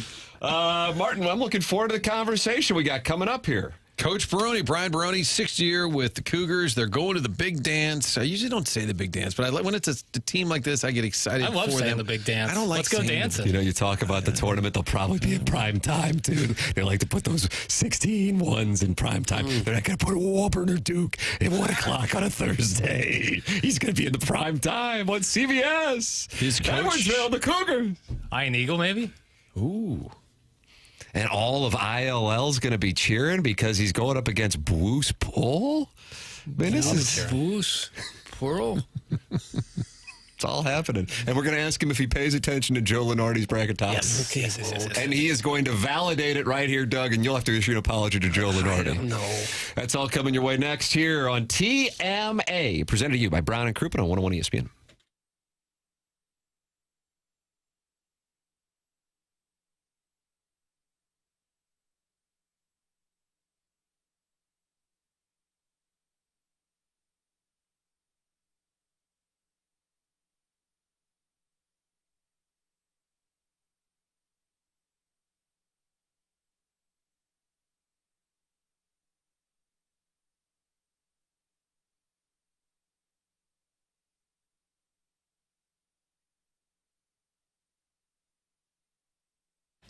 You head to the grocery store, you know it's going to hit you with a little sticker shock, but not when you go to Schnucks because they're making sure you save money, marking down prices on not 10, not 20, not 100, 2,300 items have all been marked down throughout the store at your neighborhood Schnucks. Whether you're stocking up on chicken, the Tyson Family Pack, Jackson's favorite, the Stoke Cold Brew, all marked down. And when you make out a grocery list, I need a little of this, a little of this, something on that list is going to be marked down. That's what happens when they go and mark down 2,300 items. Also check the digital shelf tags around the store, finding tons more items, all with lower prices. They're doing something about it at your neighborhood friendly Schnucks. Everyday savings you can count on. Download the Rewards app. Make sure you're saving money, getting money back to you when you go shopping these days. It's tough. Schnucks is doing their part.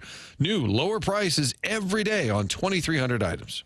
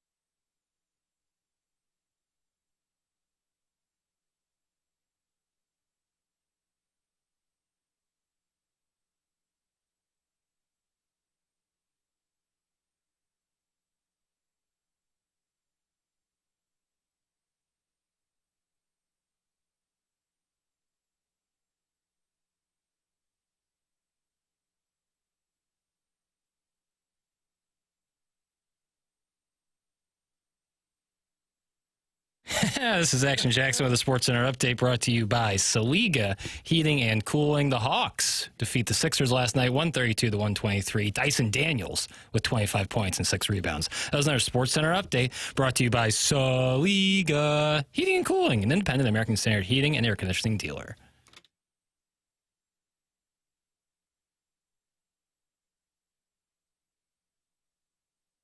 Welcome back. It is the morning after 101 ESPN. The show is presented to you by Brown and Crouppen. Tim McKernan, Doug Vaughn, Martin Kilcoyne, Jackson Burkett with you on the program. You can watch the show at youtube.com/TMASTL.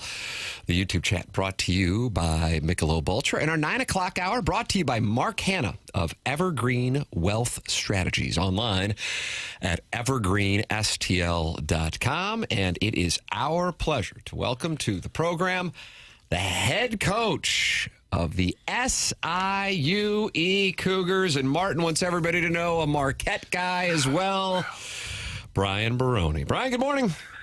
Good morning. How you guys doing? We are wonderful. I would imagine you are even better. How have the last few days been for you and your guys? Oh, we've just been hanging out, taking the kids to volleyball practice, and it's casual, checking homework. You know, not doing anything new, just the usual day to day, right? I like that. It's been I have been doing that. My wife's way more, but no, it's been great. I mean, our guys are obviously excited. You know, it was cool sitting in the locker room yesterday talking about the week and our plan, and you know, it's spring break here, and you know, how many college kids want to stay on campus for spring break? And I got 15 guys that do, so it's pretty cool. All right, tell us about the scissors, Coach. We all saw you break them out on the broadcast the other night. Give us the whole backstory. You know, so it's crazy how that's taken off, because it was just a thought, and it's been, you know, it's been a whirlwind with that. And it's 6 years ago when I, you know, was fortunate to get the job. It was like the second day. I thought, you know, I want to have something that's ours, and you want to have a goal. And I just said to our manager, I said, hey, will you go get the most expensive pair of scissors, thinking it's going to be like, you know, $10, right? I don't know who has expensive scissors. I'm like, just go get the most expensive pair of scissors. I said, like a silver kind in a frame, and we're going to do an emergency to break, you know, one day. And we just kind of put it together. He actually glued it in initially, so there's glue on the scissors, but we had to, like, one day it kind of fell, so we had to put like little safety pin or little tacks in there and just put it above the door. And really didn't mention it a whole lot. It's the way our locker room's set. You almost wouldn't notice it because how you have to walk. You don't usually look up right there. And about 3 years ago, it started, you know, we're winning, and it's every once in a while you talked about it. And so our guys were aware of it. You know, I've had shirts made in the past where like subtle things with the scissors on it. And it's been something that's been kind of crazy. And when we were leaving, this is the crazy part, we almost forgot them. And I know, how great is that? It would have been like 6 years and then another 5 hours, because I was driving back here. We were not cutting down the net without those scissors. I would have to drive back and forth. But I ran up to the locker room. I was like, I wonder if anyone got those. And they were still there, and I was the last one on the bus. So luckily I went up and grabbed them, and then my guy Aiden Hall was walking around with them, and then you saw the rest. And you needed them because you beat SEMO to win the Ohio Valley Conference Tournament. This is after losing to Southeast Missouri State by 15 points just a few games earlier. Oh, thanks, Doug. Way to bring up a negative. Thanks. That's really bad. I'm sorry. On behalf of me and Martin, we're apologizing, Coach. This is a 36-point turnaround in the span of about a week and a half. Yeah. Must have been some great coaching to do that. Yeah, you saved it. Oh, it was great coaching, right? It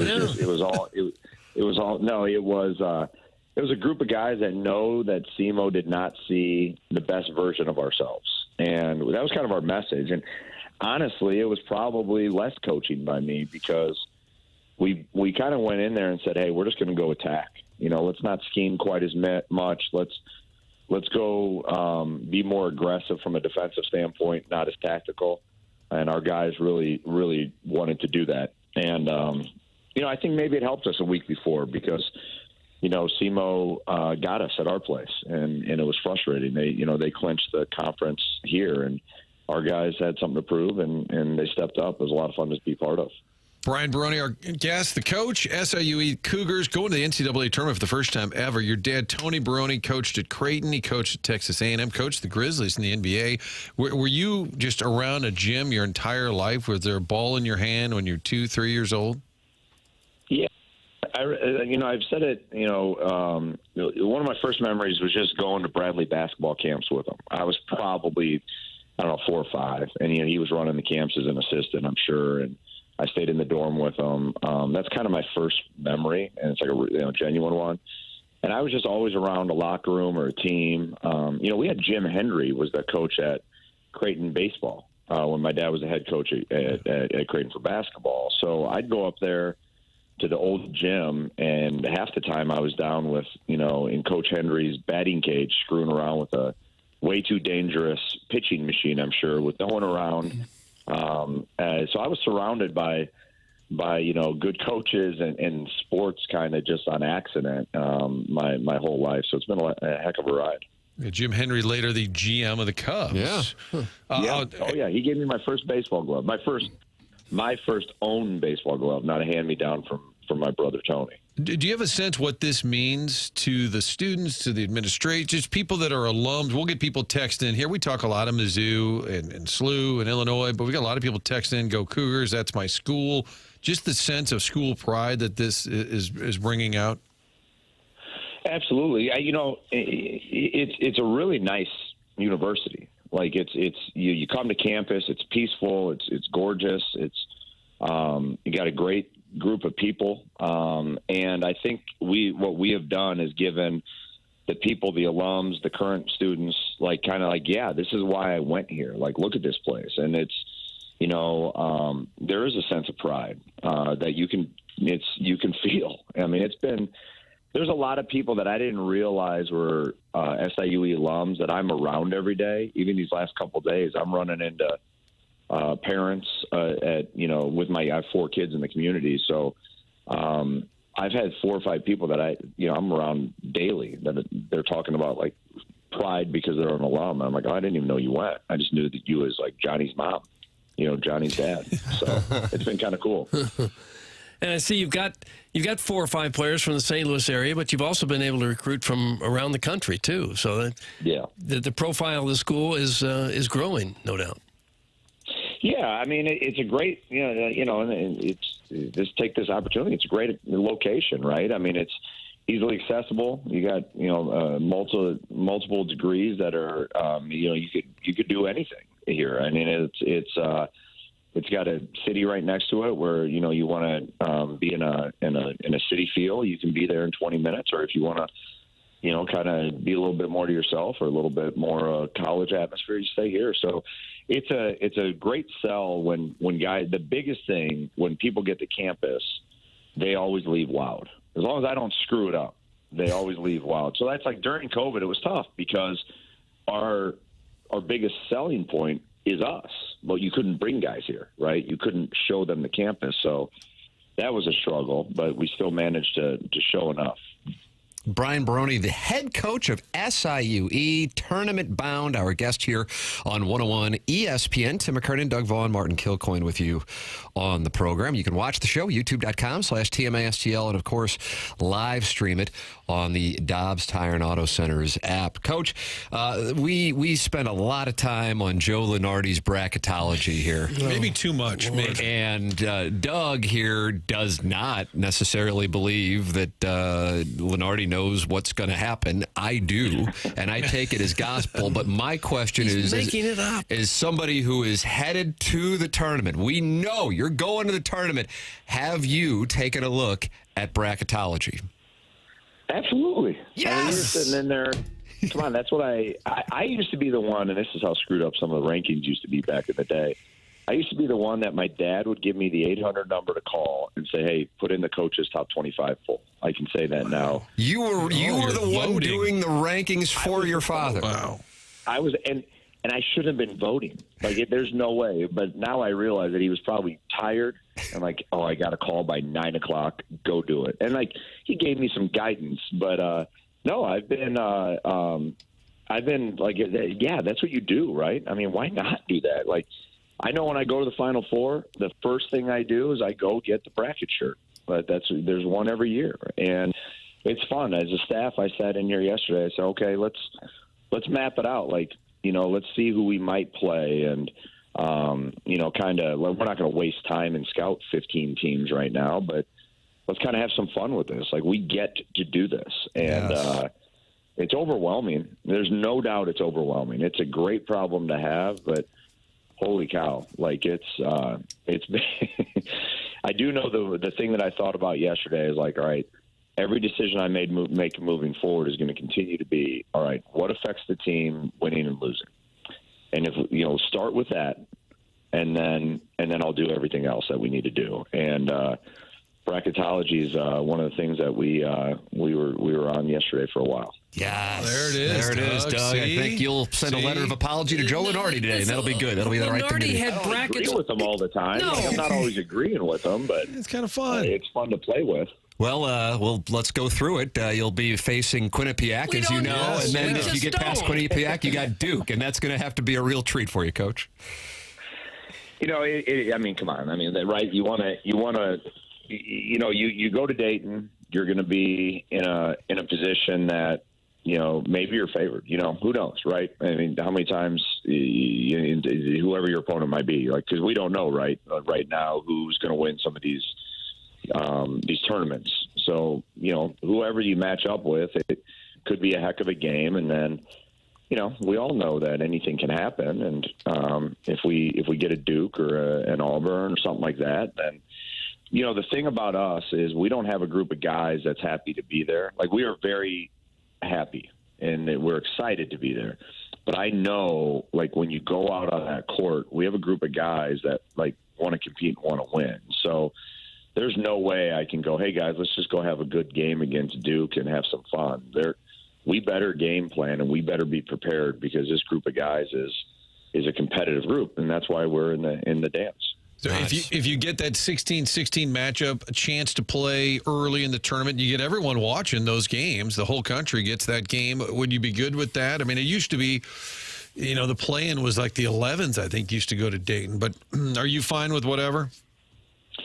Yeah, I mean, there's so many different ways to look at it, right? Like I mentioned, like, if you do get a 16-16 matchup, if that's where we're slotted, you have a higher likelihood of getting a tournament win, right? Because obviously you're not playing potentially the number one seed in the overall tournament, and so obviously that's an advantage. And then you're one of only a few games you kick off the tournament. I mean, how many people can say that? I mean, it's SIUE's got to be doing backflips, right? Our logo is going to be all over to start the entire tournament, and that's exciting. And then the other thing is, like, say you go somewhere else, you're matching up, against someone that everyone knows about.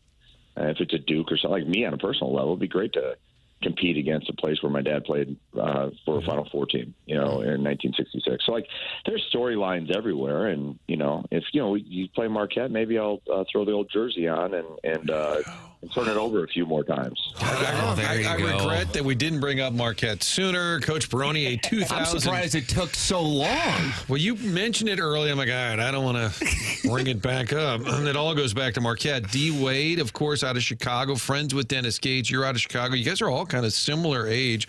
And how well do you know Gates? And obviously, Schertz is another guy you've become friends with. Yeah, Schertz and I, it's crazy. Schertz, I was at Central Florida Community College, and I think he was at Lynn down in Florida, like my first ever job. And Schertz is somebody that he's one of the first coaches that I got to know as a coach when I was down there. I mean, think of that, and then he's here at St. Louis. So, like, I went over to his practice at the beginning of the year, and we do some of their, but not as intricate, but we do some of their offense. And that's the first time I've done that, kind of a little bit more of an open offense this year. And he's been great. Like, we've talked a lot. We text, especially at the beginning of the year. Gates is, we played Mizzou the last few years, and he had a connection, obviously, to Marquette being on that staff. So I've known him over the years. And I mean, it's nice how it's cool to connect the dots, right? It all goes back to Marquette. I don't know that all of it does. I do want to ask Coach. 12 building, come on. Yeah, and he got his communications, his master's there. Tim, is it Johnston Hall where we had a lot of classes right across from Greeby's and Real Chili? Johnston Hall, Doug. I do want to ask you about Rayshon Taylor, because so many programs now will pick off a kid from a mid-major and offer him some money. And Rayshon Taylor, Collinsville kid, all-time leading scorer in the history now of the Cougars program. has been there with you for 5 years, and he stayed. I'm assuming a year ago he probably had a chance to leave. Oh, I mean, if you think of his freshman year, he was averaging 17.5 as a true freshman. I'm sorry, he redshirted because he had just gotten hurt, and then, but his first year playing, and he got hurt again at the end of that year, but he just proven that he was obviously someone that could come back. And I've thought about it more these last 48 hours than I've thought about it in 5 years. Now, as a coach, this time of year, you're always, you got to kind of, go through, okay, what's about to maybe happen. So it goes through your mind, but I'm telling you, now I'm thinking maybe I should have worried. I should have been a little bit more worried, based on all the questions. But what he is he's loyal. I think he wanted to finish what he started. He knew he could take us here. That's why he signed here. He didn't. I was an interim initially, and he wanted to make sure that I wasn't just going to be here for. If he was like, if I'm going to be here, I need my coach to be here. And I was like, well, that sounds good, because if you're going to be here 4 years, then I need to be here 4 years. Right now, I'm only supposed to be here 2. So, I saw what he did to Collinsville.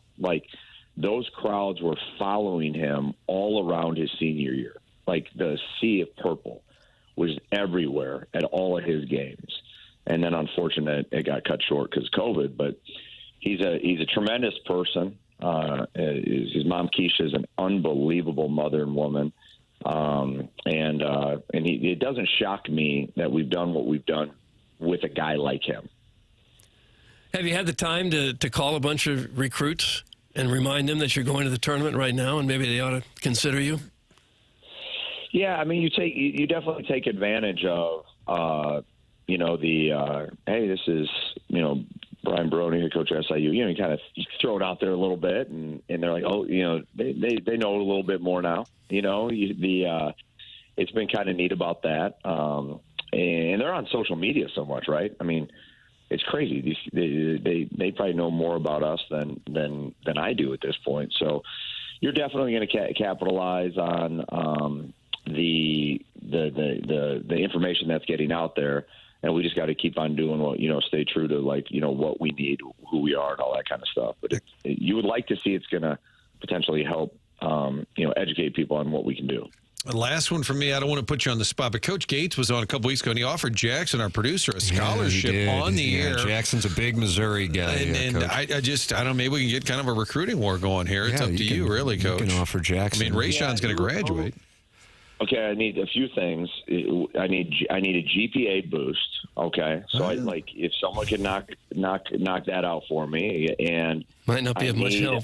I don't know. Have you heard this guy on the air? So now you got to be better than your problems, which would be so. Now, where's your range? Are you 22 feet? Do you have to? Can you shoot behind the ball screen? 3-level score.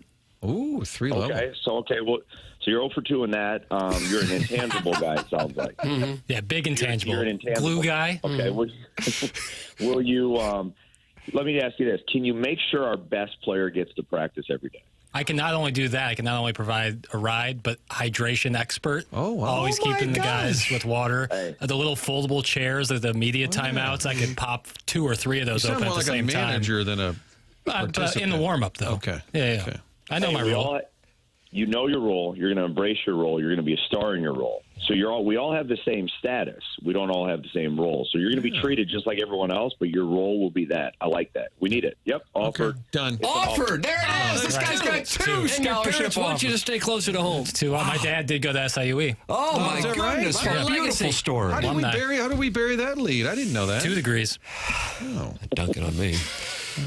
Coach, we're good now. Yeah, now you're good, Jackson. You're in. Congratulations. All right, Coach, a lot of people listening and fired up for what you guys have done and really looking forward to next week, as I know you and your team and all alums in the area are as well. Congratulations on the accomplishment, and here is to a long stay in the NCAA tournament. Let's do it. Thank you for having me, and it's just it's an absolute joy, and I'm a lucky lucky dude to be the coach. So let's keep this thing going. Amen. That's Coach Brian Barone with us here on the morning after. Thanks, Coach. With Thank us you. on the Collier and Thompson phone lines, and Jackson has just been offered a second. And ever since Dennis Gates offered him the scholarship, Missouri has been flourishing, trending now. I have a feeling it's going to come down to the NIL money for you, though, wouldn't it? Yeah, I don't want to say that, but my beak is extremely dry over here, and so that's going to need to be changed. Needs to be wetted. I didn't know your dad went there, so it's all right. Minute Bowl eligible. It says he teaches there, and he's got some kids players in his classes. Yeah, so. my dad's a proud Cougar. Well, and it is a great campus. No, it's awesome. I was there last It's Wednesday when huge. we had that wind and blizzard thing going on. It's huge. All of Giant Edwardsville campus. is really nice. Yeah. If Oh, you yeah. live on the St. Louis side, you never get over to Edwardsville. You'd be surprised how nice that town is. No surprise to me, growing baby. leaps and bounds. And he's looking at the bracketology, Doug. Yeah, how's that make you feel, Doug? I Well, guess you'll be issuing an apology. You can glance at it just for fun, but when Lenardi comes up with a bracket a month ago telling you what city and what time your game is going to start, I don't buy it. You know, that tournament, they always do it. We said Mizzou and Illinois currently in a bracket where they could meet. I forgot his dad played at Duke. So if they were in that Quinnipiac 16-16 and they advanced to play Duke, you'd have the storyline, There Tim. you go, Doug. It's all happening. All right, be fun. Calipari, Izzo, and if Patino was in here, we're talking Italian special. We're talking rigatoni, marinara. They do more than just eat. Rigatoni? Baroni. Yeah. Oh, no. Now SIUE is screwed. It's the Berkey curse. That's from Sweet, Sweet Kai. Your buddy. I know. It's always your own guys. We're breaking the curse. It's nonsense. It is nonsense, you know? It has nothing to do with me. It's like we went to spring training and now the Cardinals can't hit. Get out of here. How about Mark Hanna, sponsor of the 9 o'clock hour, says, wow, wow, wow. Great interview. That's Mark Hanna. Evergreen Wealth Strategies online at evergreenstl.com. And I would recommend this. You give them a call, 314-889-0503. And somehow, magically, after talking to them for 15 minutes, you're going to feel better about not only your financial situation, because now you've taken the first step to get a plan together, both for the short and the long term. You're going to feel better about life in general. That's why Doug calls him a life Sherpa. Life Sherpa. He will guide you through the mountainous region that is our life's terrain. Oh, wow, that's nice. Think about that, Mark. You can go ahead and use that if you would like. 314-889-0503 or go online at evergreenstl.com. It's 9:23 in St. Louis. Tim McKernan, Doug Vaughn, Martin Kilcoyne with you on the program. Kwame Voyukas IV, who I guess you're sideways with, Martin, along with Steven Time. He grades your guests. It's fine. He says, B+ Martin, I'll always have a soft spot for Barone for shoving Travis Ford in a locker and starting the chain of events that ended with us getting Coach shirts. So he likes having Coach shirts. I guess he didn't like Travis Ford, and therefore he likes your guest because he is the one who put Travis Ford in the locker. SIU Edwardsville a year ago beat Yes. the Billikens at, I believe, at Shafit. So he's saying that helped lead to the demise of Travis, which opened the door for co-host Josh Schertz. There you go. I'm going to text Schertz and say, hey, no offense, but this Barone seems to be co-host material. He's upsetting apple carts. And, hey, Dennis Gates and Barone have offered Jackson scholarships. Haven't heard anything from the Billikens. It's true. I did get that jersey, though. You did get the jersey. Yeah, that was nice. And then you posted it on your social media. Blessed to get an offer from St. Louis University. Yeah, with that highlight tape I have. Yeah. And Usually then when Brian Kelly came up from behind and started grinding on It's you. true. We do. Me and Chairman Kerr that video. The best thing to do is say I've cut it down to my final 10 schools I'm considering. Yes. Yeah. That's what you want to do. With all their little logos on some weekly edited graphic. Jackson will need an assistant to make sure he takes his meds. That was quite a peek at reality yesterday morning. That's from Chairman Steve. I didn't think it was that Are you bad. going to get an assistant when you start playing college basketball? That seems a little much. Oh, my Russell Wilson. I didn't think it was that bad. It was. The 9 o'clock hour was one thing. As I looked, and we had been on the air for 10 seconds with dead air, and you were just casually making your way back to the studio, and I thought to myself, I don't know what we're going to do. That was the moment that stood out That's to me. fair. But I don't think that had anything to do with my medicine. I just think that was me being incompetent. That could happen on or See, I don't off think medicine. you're incompetent. But I think you're distracted. I think I can be incompetent. Hey, Peter Pan, we're getting out of a break here. I must have misread how much time we had. I thought we had 2 minutes. You were I could pee in 2 minutes. Floating a little bit as if you maybe weren't as locked in, which the medicine helps you lock in. You didn't seem maybe as attuned. I just don't want it to seem like that I can't function. I'm just a good. blubbering mess without it. I'm very good. I'll be all right. Well, But so for the better first with 3 it. years you've been on the show, you were on the show, you weren't taking it. No. Okay. No. Nope. But you do need someone like Mark Hanna to guide you through the mountainous terrain of your life. It's such a pleasure having someone like Mark Hanna guide you through the Tyrannius. Perfect. Do another bump. Is that what Booth said when he shot Lincoln? Doug? Sic semper tyrannis. Yes. Nice. Yeah. Look at that. This show is educated. Email in on the education of this show the morning after at InsideSTL.com. Tim McKernan, Doug Vaughn, Martin Kilcoyne with you on the program. Doug, you love power rankings? Well. And Stuart Mandel has ranked the top 25 coaches in college football. Oh, gosh. Can't wait. So start putting your rankings together. All See how right. many you're going to get. It's coming up. TM 811 ESPN.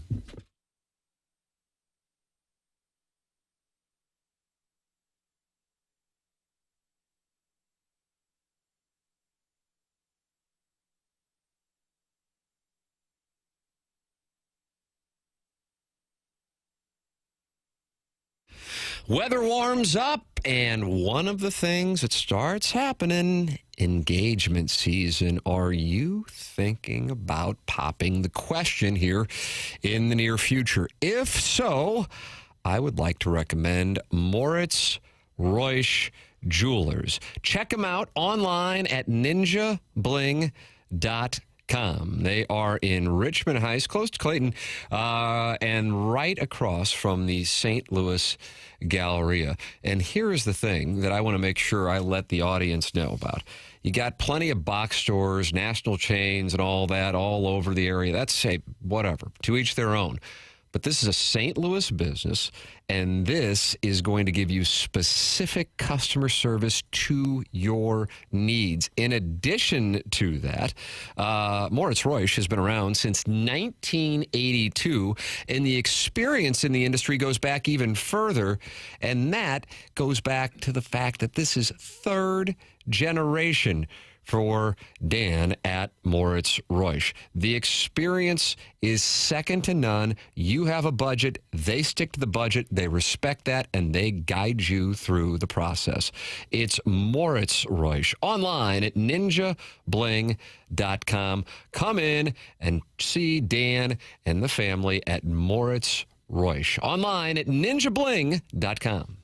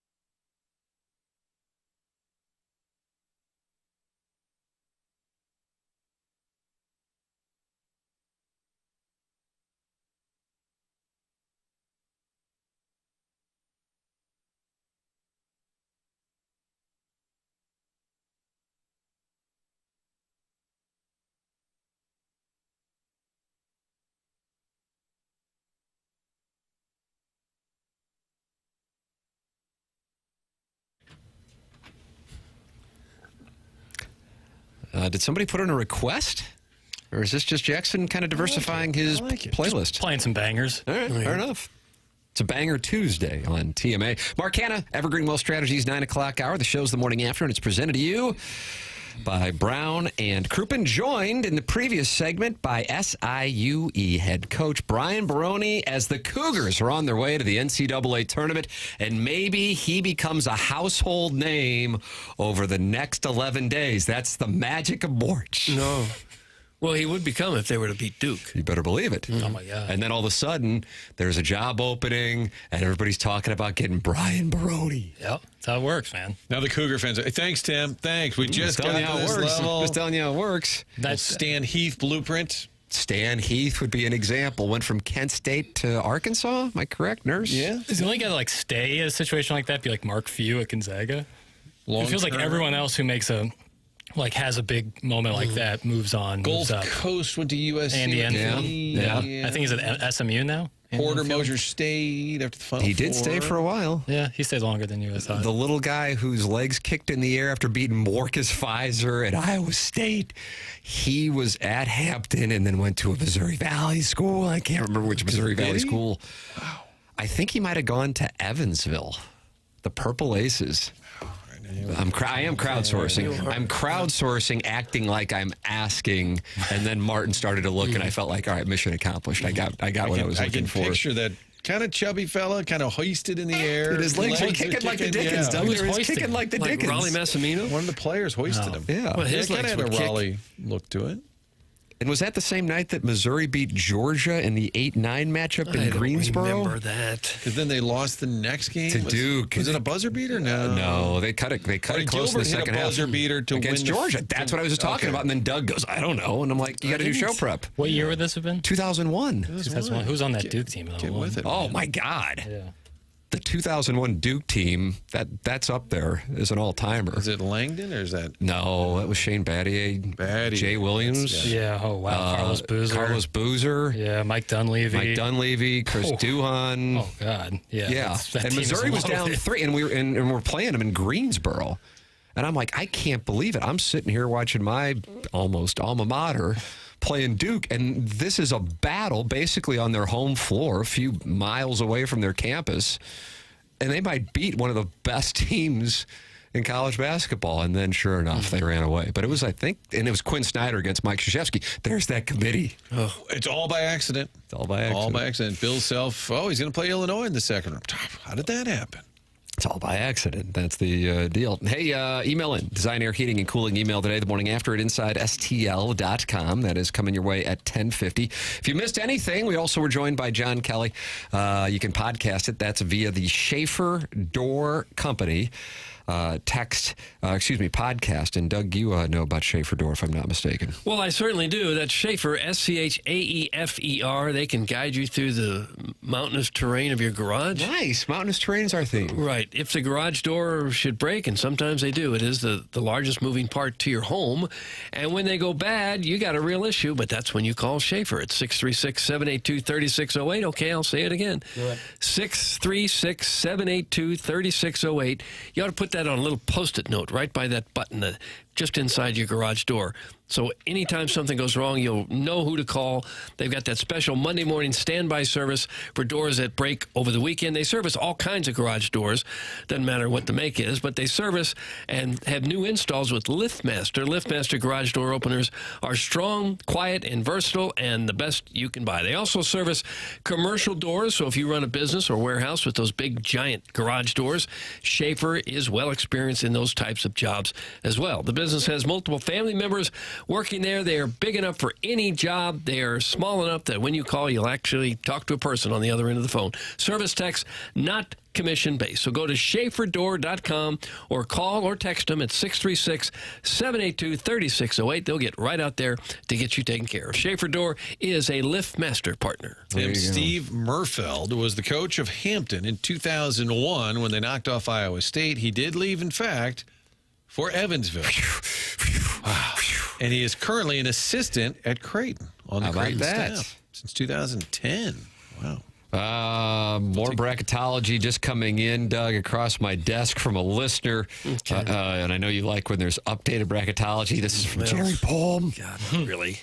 And let's see what we've got. Missouri, a 6 seed. Oh, wow. Taking on VCU. Okay.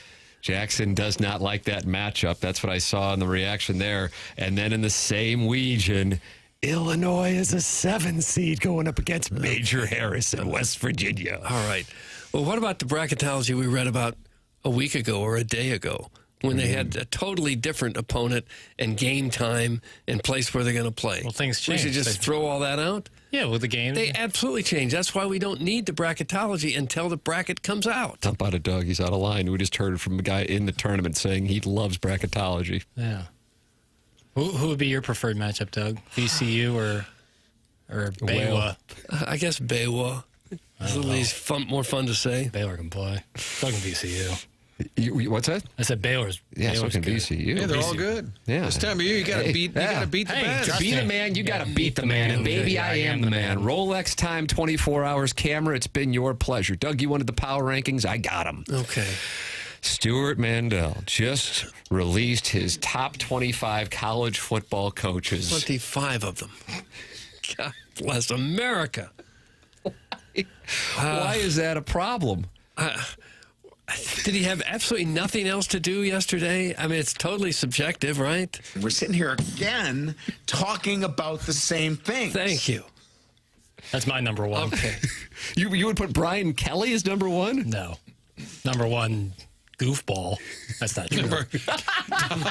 Your Jackson Burkett. Mount Rushmore of goofball. Goofball coaches? Or Yeah, just goofball coaches. Okay. Yeah, goofballs the world over. We could have a much longer list. Goofballs. Well, for the record, Jackson did hit one of them. Brian Kelly is number 12. Is it 12? Kirby 12. Smart's got to be 1 or 2. Kirby Smart is 1. See? Okay. This all makes sense. Dan Lanning. Ryan Day has got to be Dan Lanning is 5. Ryan Day is 2. See, you can do this. All right. Well, those are the teams that are there every single year. Every year they're there. Do you think Georgia. you can get 3? How about a fellow by the name of James Franklin? Oh, wow. James Franklin, number 8. Kind of a surprise play to go with, but I respect it. Penn State's always good. Kalen DeBoer. Number 4. Okay, he had a bad year this year. You've got 4, 5, 7. Okay, well, these are the top guys. Yeah, but you don't have 3. Belichick doesn't count, I guess, because we don't know what he's done. How about Dobble Sweeney? Number 6. Number 6. Well, See, so you have to acknowledge Stuart Mandel's list. I don't know. How hard is it to come up with the list? Who are You the haven't best come up team? with number 3 yet. Who are the best? Okay, initials, please. MF? Mother. No. Okay. I was texting. Oh yeah, I got. Is he not on there? That's a good guy. He's number 10. Oh, okay. Marcus Freeman. Oh, okay. I kind of, when I was looking at it, I'm like, I what thought Doug was going with the M and the F. MF. No. We already said Marcus Freeman. Okay. Careful. Okay. Number 4, please. Number 3, we already got it. Kalen DeBoer. Okay. Number 5, then. Dan Lanning already got it. Okay. Again, I'm enjoying the show. I'm not base burglar. The base burglar. Watch out. Here comes Suckboy Tony. Yeah, here he comes. Initials, please, on the next one. SS. Oh, Sam Smith? Who's he coach? Body Shop. Stuart Symington? Wasn't he a senator? And now he's coaching? Hook 'em, Doug. Hook 'em. Steve Sarkisian. Yes. Okay. Look at that. Yeah, that was easy. I think I could give you, if I offered you $20, like a realistic play. You know what? I'll do it. Hell, I'll do it, Martin. Okay. This is only for Doug. Because I can't have people jumping in if I'm putting my money on the line. I have no upside on this, too. No, you don't. And said number 7. Guess it. How about the guy at Iowa State, Campbell? No, but not a bad guess. Number 9, Matt Campbell.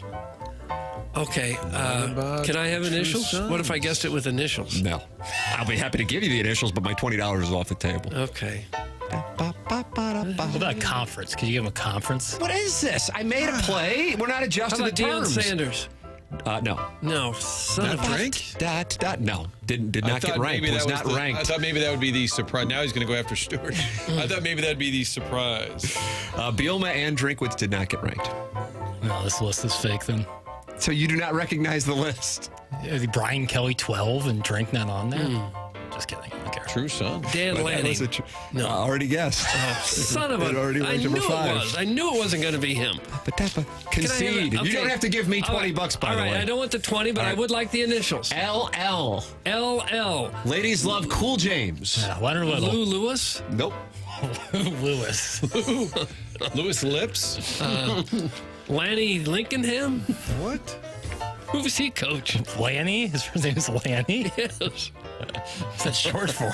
I've never heard this deep into the time kill music. It really picks up. It's like 18 minutes long. Nice. Well, if you ever go to the bathroom again, Jackson, start just play this. Roll. LL. Did you say, is that what you said? I did. LL. Second letter, first name, please. A. Larry Lucas. I haven't heard of him. Leaping Larry. Jackson, do you know?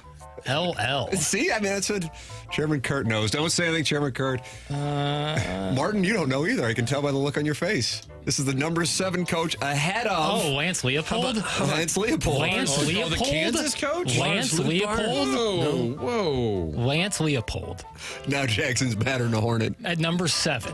Ahead of James Franklin? Ahead of Marcus Freeman. Oh, my God. Ahead of Brian Kelly, Lane Kiffin. What, Doug make this list? Whoa! Doug, you're not as upset about Lance Leopold at 7, I know. Well, no, I was going to guess. He's kind of a Kansas. That's what I'm saying. Lance Leopold? What were they, like, they have 5 wins last year? What are we doing? What's a Shishawali list? What are we doing? Lance Leopold. All right. Guess. Okay, is that the end of the list? Or we have to guess number 8?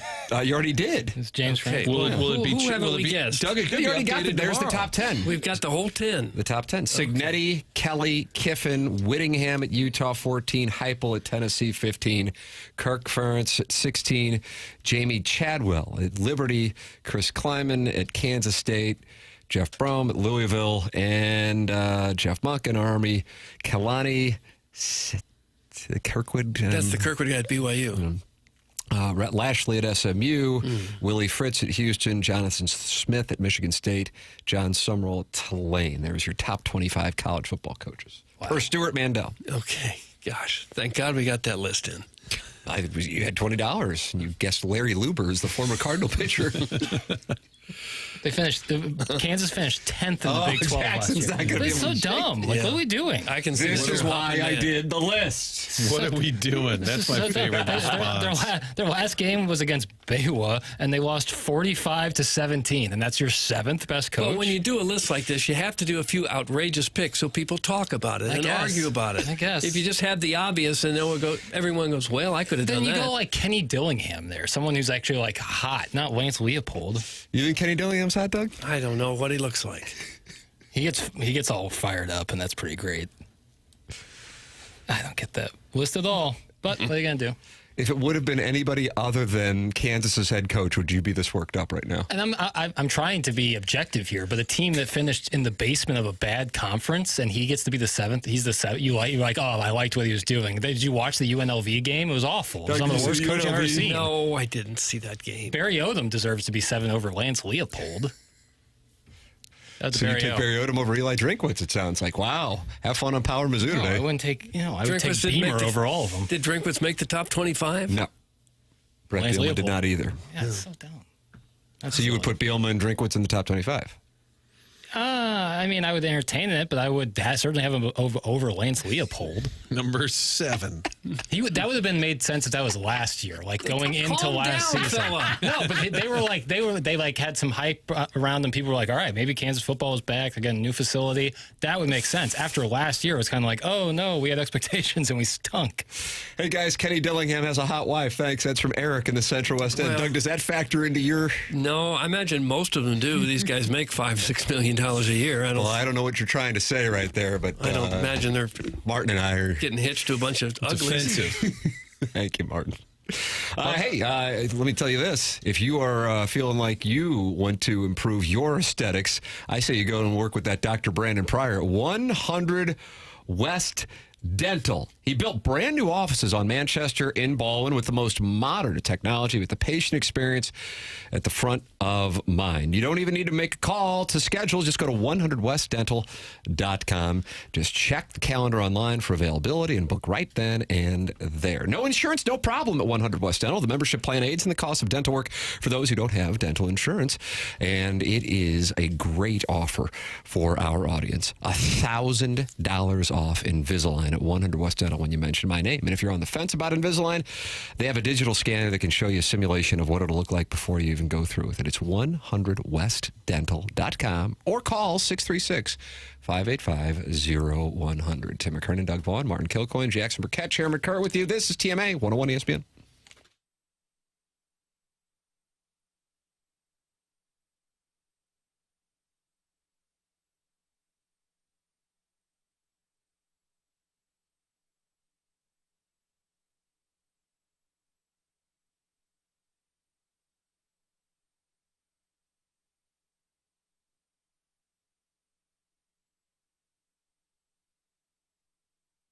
Mortgage loans can get complicated. Together Credit Union here to help you through the entire process as your hometown home loan provider. Together Credit Union has a home loan solution for every buyer, whether it's a fixed rate, adjustable rate, conventional, home equity, jumbo loans. They have it all.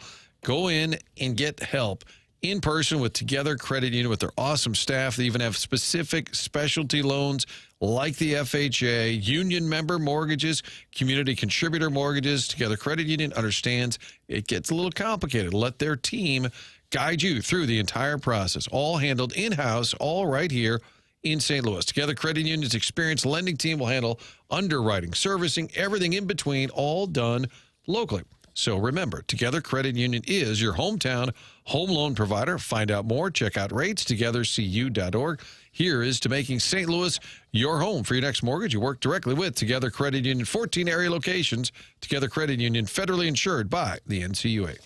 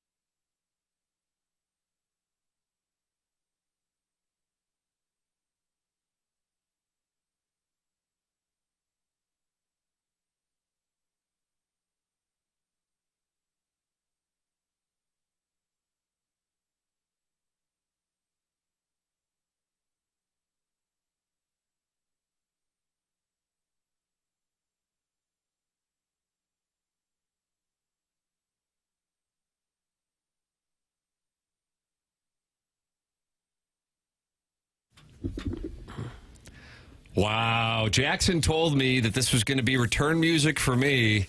And Doug, you, of course, recognize it as what is considered by television critics to be the greatest sitcom of all time.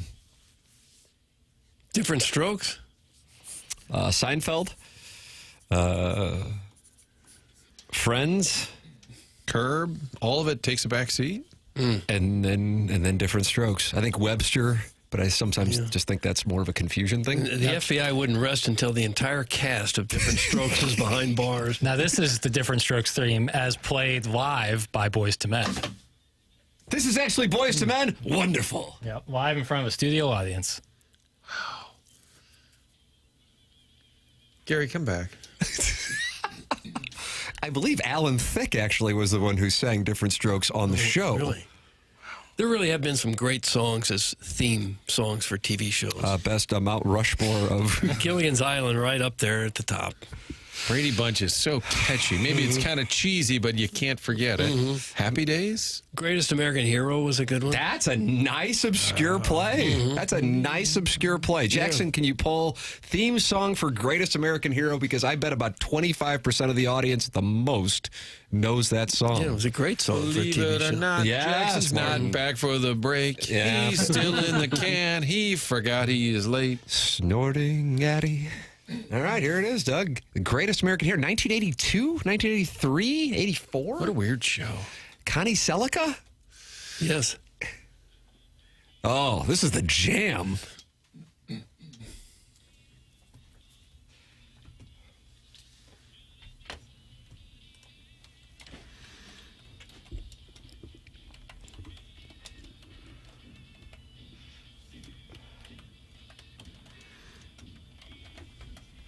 Was this song made for the show, or the song already existed and then they used it for the show?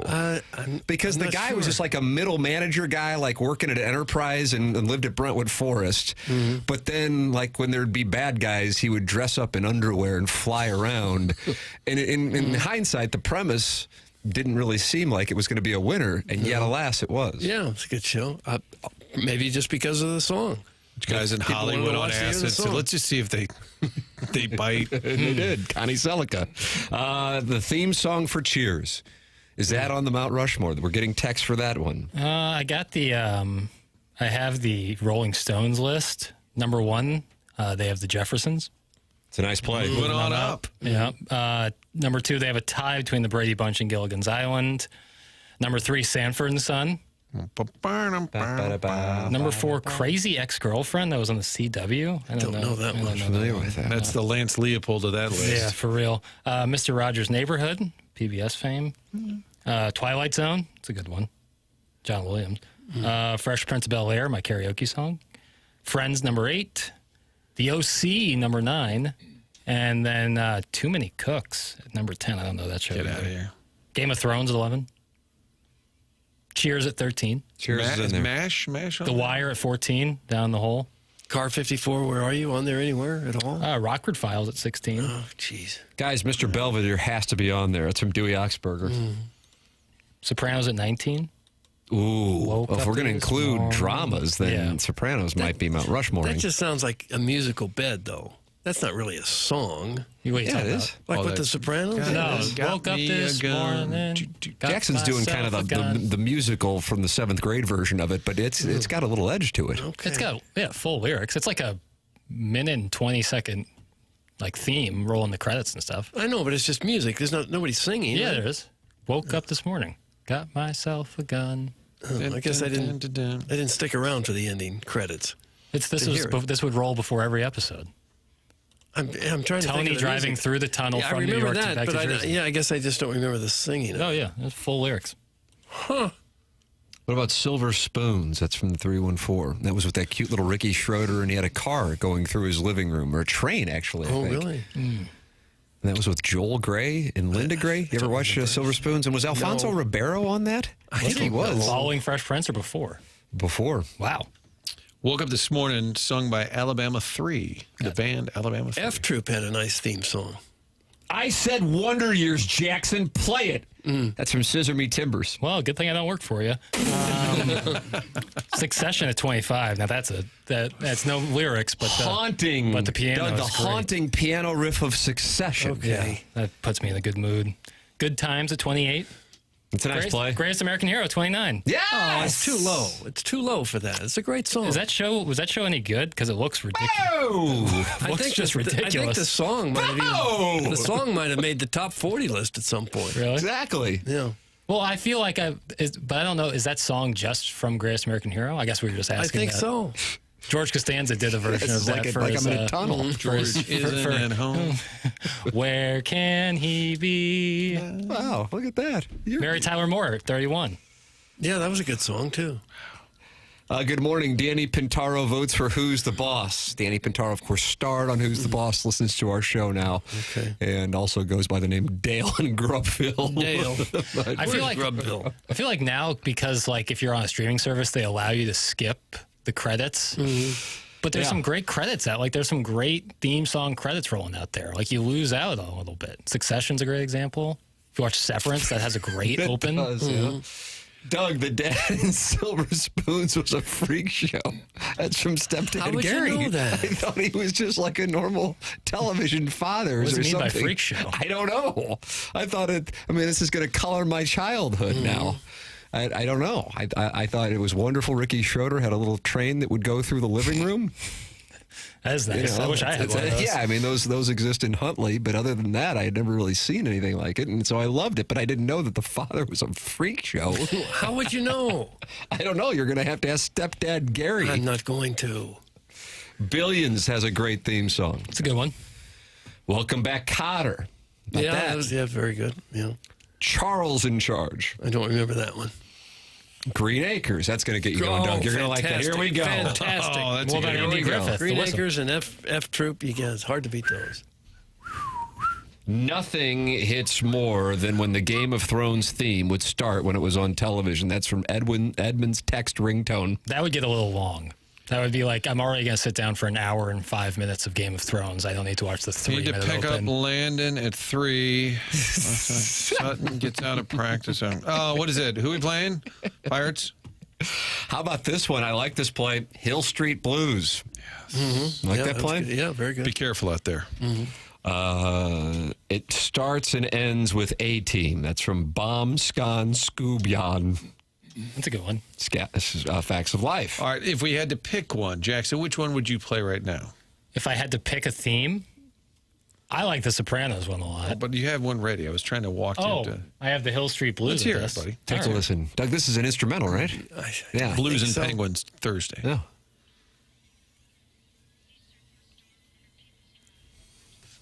I'm going to get some information on this.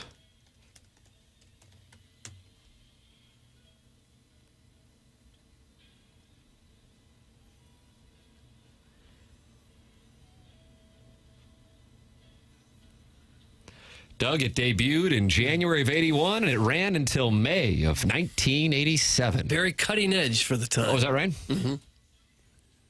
And this also featured Connie Selica. Hill Street Blues. Didn't one of the characters expose his bare backside for the first time on network That was television? NYPD Blue, and that was Dennis Franz.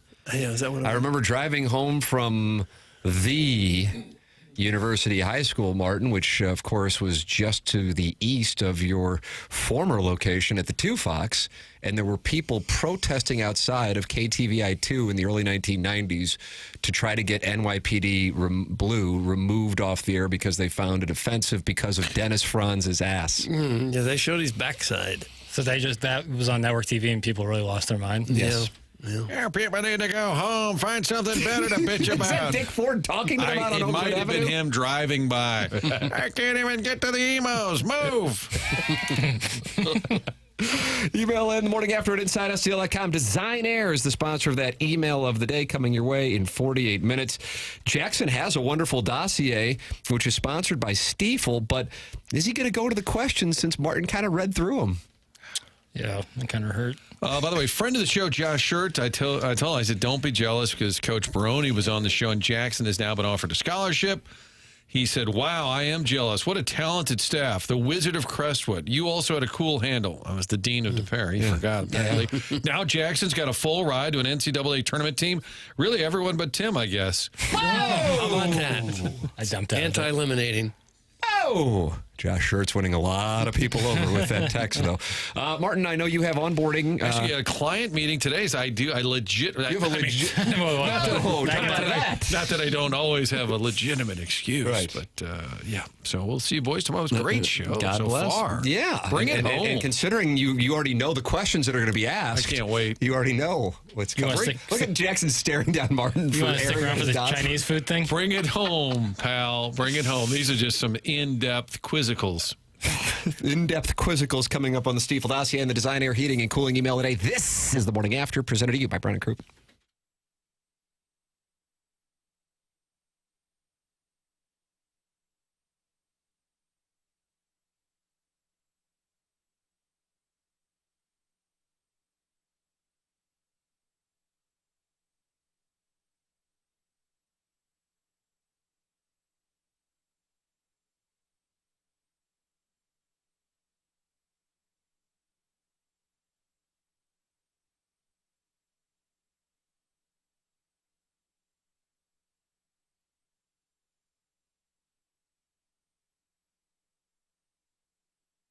With the weather as perfect as it is right now in the St. Louis area, and as it will continue to be throughout the week, now people are starting to understandably think about spending time outdoors during the spring, summer, and fall months. Well, do it by getting a custom outdoor space with aesthetic design and build. I've gotten to know Dan and his team. Checked out their showroom in Chesterfield Valley. They walked me through all the different types of custom work they are capable of doing, from a full-on custom deck, adding on a pergola, or even looking to shade your covered patio with retractable screens. They really do have answers for it all. They truly are a design company that can think outside the box and then offer unique solutions and designs for your outdoor living projects. If you're ready to take your outdoor space to the next level, Dan and his team at Aesthetic Design and Build have you covered. Call them at 636-532-5008, or you can visit them online at aestheticdesignandbuild.com and let them know I sent you their way.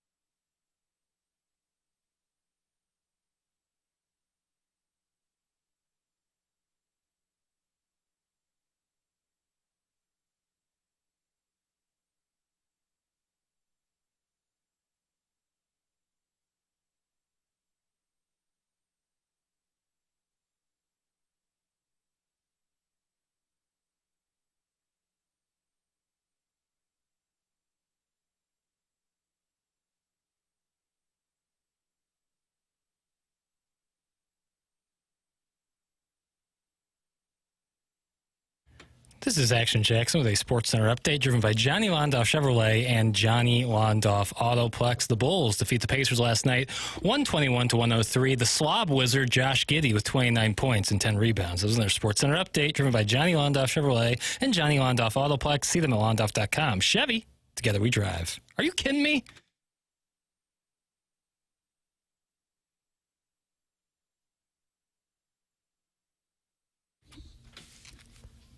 Doug, it's hard to argue with this being the jam. This is a Sopranos. This is Sopranos. Was this song out there before The Sopranos? Yeah. Or was it written for? I think it was out before. Hang on. John Scores in the YouTube chat, which is brought to you by Michelob Ultra, says, haven't heard Youngry yet today. And you might not. You don't want to overplay something like that. It's a jam. No, you don't. You just don't want to overplay. I think you're having a big day on the ones and twos. I really do. Martin Kilcoyne is out in the 10 o'clock hour. Chairman Kurtz slides into the dais. The program's called The Morning After. It's on 101 ESPN, presented to you by Brown and Crouppen, Tim McKernan, Doug Vaughn, Jackson Burkett alongside. And you can email in for our Design, Air, Heating, and Cooling email today coming your way at 10:50. Selection Sunday is almost here. Get signed up now to play in this year's Bracket Madness Pick'em Challenge at 101ESPN.com. It is free to enter, and this year's top scorer will take home a $250 Amazon gift card and a 101 ESPN prize pack. So you are entering for free, which means you're free rolling for $250 plus. Might as well do it. See the contest rules and sign up to play now at 101ESPN.com. The Bracket Madness Pick'em Challenge is refreshed by Bud Light. Jackson, you have a query that you want to ask me and Doug and the chairman? Is that what you got going on over there? Yeah, for sure. This is another delay tactic. I don't know if you can pick up. I assume you could. It's pretty ABC. You could just go... Right. Yeah, like a little gerbil trying to make his way out of the tube. Okay. We are on the 5-year anniversary of the NBA shutting down for COVID, which effectively shut down all immediately sports goes across NBA the groupie, board. doesn't it? Just as soon as Immediately does. 5 years later, what do you think the long-term effects of COVID are on sports, not from a health perspective, but from a sports experience standpoint? No effect. No effect? On a sports experience? No, the games I go to now feel just like the games I went to before COVID. Okay. That's a fair answer. I'm trying to think. You must think that there are some, and so I want to give my time back to the gentleman from Ladue to hear your answer. Not necessarily. Then why'd you ask a question? Well, because I think that no effect could be the case. Like, does it feel the same? Or like, what would be examples of some things that are different now than they were in? Like people showing up with a mask on, or something? No, I think people's commitment to sports and their favorite teams might have dropped off a little bit after COVID. I think that's a great observation. Yeah, I was thinking like in stadium, in arena. My question might have been framed that way, and I apologize. Could that be because the teams here haven't been especially good since COVID? You can't rule that out as a possible factor in my thought process there, but I think in general, I just think with the ever-growing options you have of things to watch/do. I wonder, because for me, I think I'm more into college football now than I was 6 years ago. And some would say, well, that's because Missouri had the great season 2 years ago. But, I mean, they had a great season in 2013 and 2007. So I don't know on that. Maybe if we were to really try to analyze Jackson's master's thesis like question here, perhaps it's the night in, night out sports that maybe don't have the same. Would agree. You know what I'm talking about? Or is the NFL and college football are once a week, so it's a different deal? Yeah, I think those sports, football specifically, put themselves above and beyond because of the once-a-week nature of it, not the every single day or every other day. I think it's just our market. We don't get football anymore, so we're not as big of football fans. The Cardinals haven't been very good. The Blues we're haven't saying been very football good. is bigger. Yeah. Well, college football might be bigger because the team's been pretty good. Yeah. Mizzou has given us something to get excited about, where the others, not so much lately. I don't know that it's unique to sports, but I feel like stadiums have gone all credit card now. You can't pay with cash for anything. It's kind of everywhere. Was that not going on in 2020? I was trying to remember if that was the case beforehand. I feel like you could at least had cash back then. Now, for most places, you cannot have cash. Caller Ellen says people got used to watching sports on fantastic televisions, and the in-person experience is not as popular as it once was. Perhaps it would have happened without COVID, but COVID definitely accelerated it. Yeah, I think that it was like a forced realization that, like, I can watch all these games on my television, and maybe halfway through the game, I don't want to keep watching this. Whereas if you're at the stadium, you know, you're watching the whole game. And going to games has gotten really expensive, too. Yeah. Between the parking and the stupid prices for concession stand items and everything, a lot of people are fed up with that. I agree with that, but I mean, wasn't that the case in 2020 and 2019? Well, I guess, is it more so now? Has it gone up by more? Probably has gone up. Everything's gone up. Yeah. Yeah, I remember for a long time I could pay $10 to park at a Blues game, and now it's 20 or 30. Yeah. We don't get football, Doug? What's going on at the Battle Dome in a few weeks, huh? Yeah. That's from the 636. Okay. We don't get NFL football. There you go. That's the big one. That's the major league of all sports in this country, and we've been left out. Once a week? You mean Monday Night Football? And Thursday Night Football? And Saturday Football during parts of the season? And then Sunday Football? It's from the 314. That person sounds really cool. Well, you can watch all those nights. A bunch of cool people sending in texts like that. You can watch all those nights, but your team is not going to play all those nights to go to the game. A rational person would have taken that as that. I think the Chiefs did play like 3 games in 7 days, though, at one point. That is fair. Somehow in December, if memory is. Thanks for reading one of my texts. I've been overtaken by Sharon. That's from Caller Ellen. There's a little battle going on between Caller Ellen and Sharon. Gone are the days of $9.95 helmet nachos. Now they're like $25. That's a part-time Nebraska fan. When were they $9.99? I'm sure they were at some point. Yeah, but then you're going way back. I mean, I've never gone to a concession stand at a stadium and been like, oh, this is a normal price. No, you know it's more expensive. You kind of go into it knowing that. Olds love complaining about cash being phased out. Why don't you take your horse and buggy up to Schnucks and write a damn check? That's from Big Tuft, and he's not happy now. Who was complaining about it? He just pointed out that it's a reality. Yeah, I don't think. But isn't there something? There used to be something on your dollar bill said it was good for all debts, public and private. Yeah. So it's supposed to be. You're supposed to be able to take it. You're supposed to be able to use it. Not if a place doesn't accept cash. I know, but it says all debts, public and private. Did you not hear him? Take it up with the treasurer, man. What do I know? Well, no, it wouldn't be the treasurer. It'd be with those venues that tell you your cash is no good. All right, you go up there and you yell at some. This note is legal tender for all debts, public and private. And so you present it someplace and they say, no, it's no good. Well, which is it?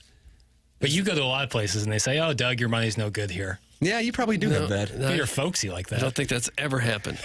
The $20 bill, same thing. This note is legal tender for all debts, public and private. And yet you can show up at a game and they'll say, nope, not good. Yeah. Nachos and a Tom Bernansky replica helmet were only $5 back in the day, Doug. That's from Manupal eligible. Oh, yeah, I don't doubt it. If somebody gives you free tickets now and you go with 2 or 3 other people, you're going to spend damn near $100 if you stop at a concession stand and pay to park. And that's a free ticket. Oh, here you go, Doug. There is no federal mandate that a private business, a person, or an organization must accept currency or coins as payment for goods or services. And a mandate, does that mean a law? Federal statute mandating. Sorry. Okay. Well, then why do they bother to put that on the bills? If it's meaningless. Probably something to do with that eyeball in the pyramid or something. Illuminati reference? Well, is that an Illuminati reference on this program? I don't know what it was. It sounded like to me. Yeah, stop putting it on the money if it doesn't mean anything. All right, I'm with it. Okay. I'll join your crusade. Jackson is now part of Doug's crusade. You can email in. Would you like to be part of the crusade the morning after? At InsideSTL.com. 10:50 is when the Design Air Heating and Cooling email of the day comes your way. When Doug is sporting his hot take mittens, they are presented to you by EDF. Attention business owners, did you know fire codes require your company's fire alarm system to be inspected and maintained by a certified fire alarm service provider? It's not about compliance. It's about protecting your employees, customers, and property. That's where EDF EDF Group's Fire and Security Division comes in, proudly serving St. Louis and beyond. EDF Fire and Security specialize in keeping businesses safe and secure. From expert fire alarm inspections to advanced commercial security systems, they've got you covered. And it doesn't stop there. With 24/7 fire alarm and security monitoring, you'll have peace of mind knowing your business is protected every hour of the day. Don't wait until it's too late.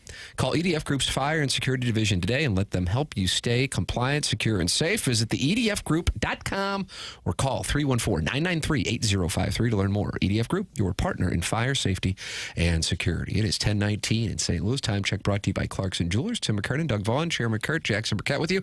This is The Morning After, presented to you by Brown & Crouppen on 101 ESPN and the TMASTL YouTube channel.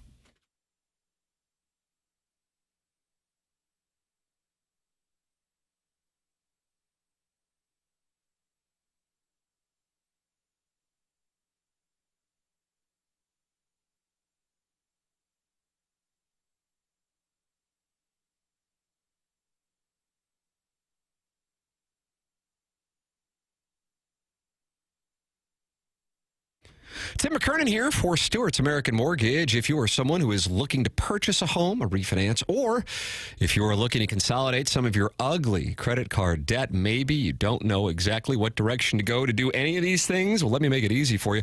Call Stewie from Stewart's American Mortgage Corporation. The number, well, it's his personal cell phone, 314-324-4440. That's 314-324-4440. He'll help you every step of the way. If it's a new home you're looking to purchase, he will get you to the closing table fast. How about this? 10 days? And he will get you the best interest rate possible. And he also has the Bagel Loan that can help you out, too. What is the Bagel Loan? Well, if you borrow $200,000 or more, there's no underwriting fee, no appraisal fee, no title fee, no lender fees, and no closing costs. Stewie is your guy, and he makes it easy. Any questions on rates, the industry, the trends, give Stewie a call. Call him directly on his personal cell phone, 314-324-4440, or you can Google the Bagel Loan.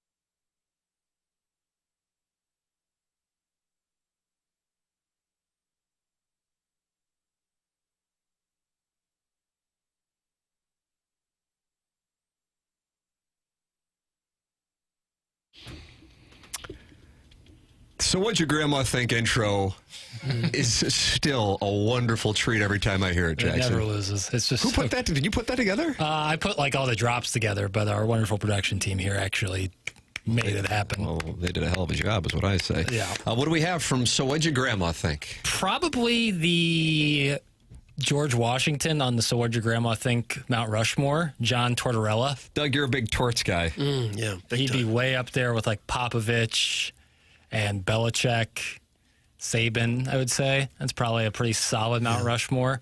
But Tortorella, I can't pronounce the player's name who we're talking about, but it doesn't really matter. They didn't like their ice time, and the media was asking a bunch of questions about it. Tortorella was like, you don't have all the answers. Here's the audio. Okay, I'd love to hear it. You've talked a lot about Matt Day having learning experiences. In the first there, it looked like after the goal, you kind of sat him down for the rest of the situations happen. How is it hard for you to do that, and especially with him being so young, or is it just one of those moments that it's very easy to do? No, it's part of the process. You had mentioned a few weeks ago when I believe you sat him for the rest of the game, and you had said that in retrospect you would have. Just let me tell you guys something, okay? There are a number of things that come into play, not one specific play, okay? And you are at a disadvantage because I'm not going to give you information. It's not always the play on the ice that I'm trying to teach. So use that as a context before you start all your bullshit. There's so many things that go on, and with me trying to develop that player, and I'm going to continue to do it the way I think it should be done, but don't just look at the play. And again, I need to show you the respect that I'm not going to give you that information, and you don't realize that. So don't make a bigger deal out of it than you think you need to. Okay. Torts. Would have been Always nice to get the pleasant. mic a little closer to his mouth. But, it's fine. It's good. Good soundbite. I enjoyed it. Jackson was on the high of So What'd Your Grandma Think intro, and then Doug hammers him with the mic not being. I'm not. Where's he, Coach? Philly? In one of those clubs up there.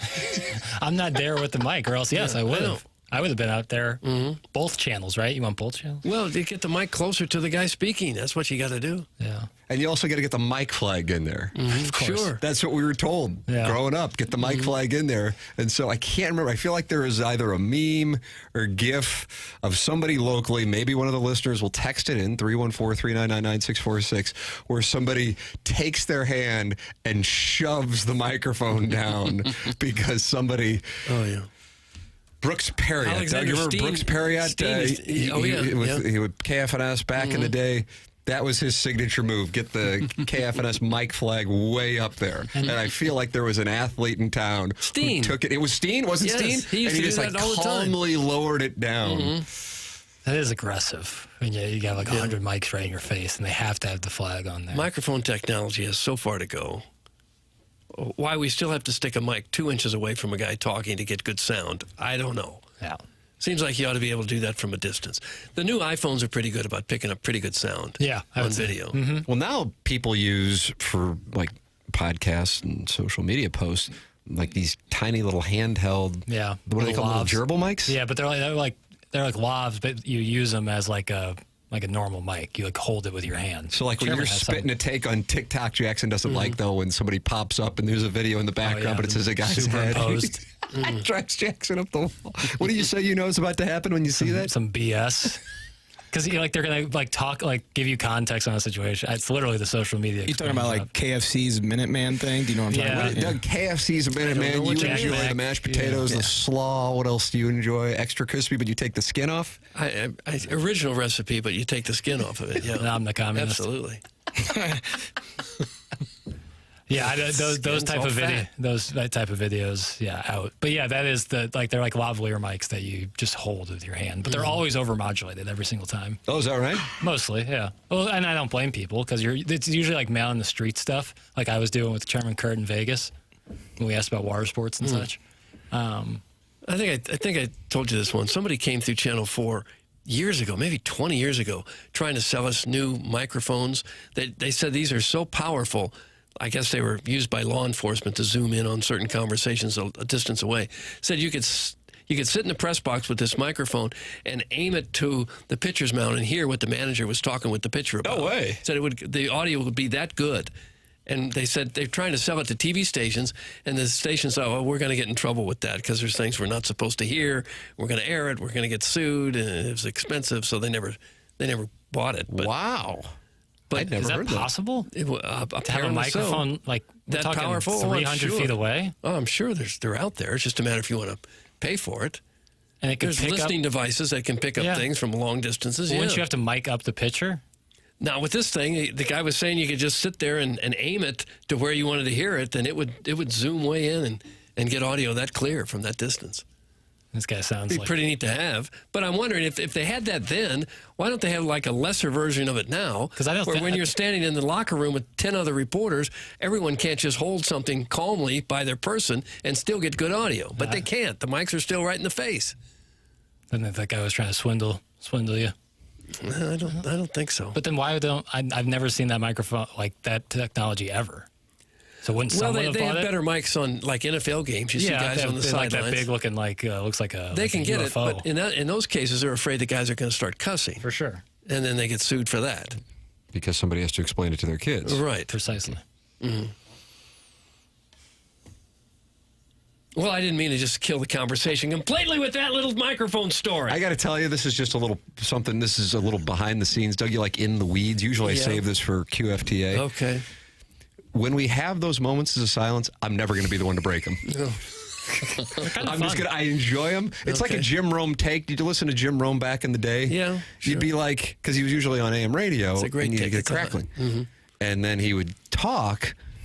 And then he would have this dramatic pause, and then I'd be like, "Oh crap! Something happened on my radio." And then no, that was just the dramatic pause You're supposed for to effect. think about what they just said. Exactly right. That is a take.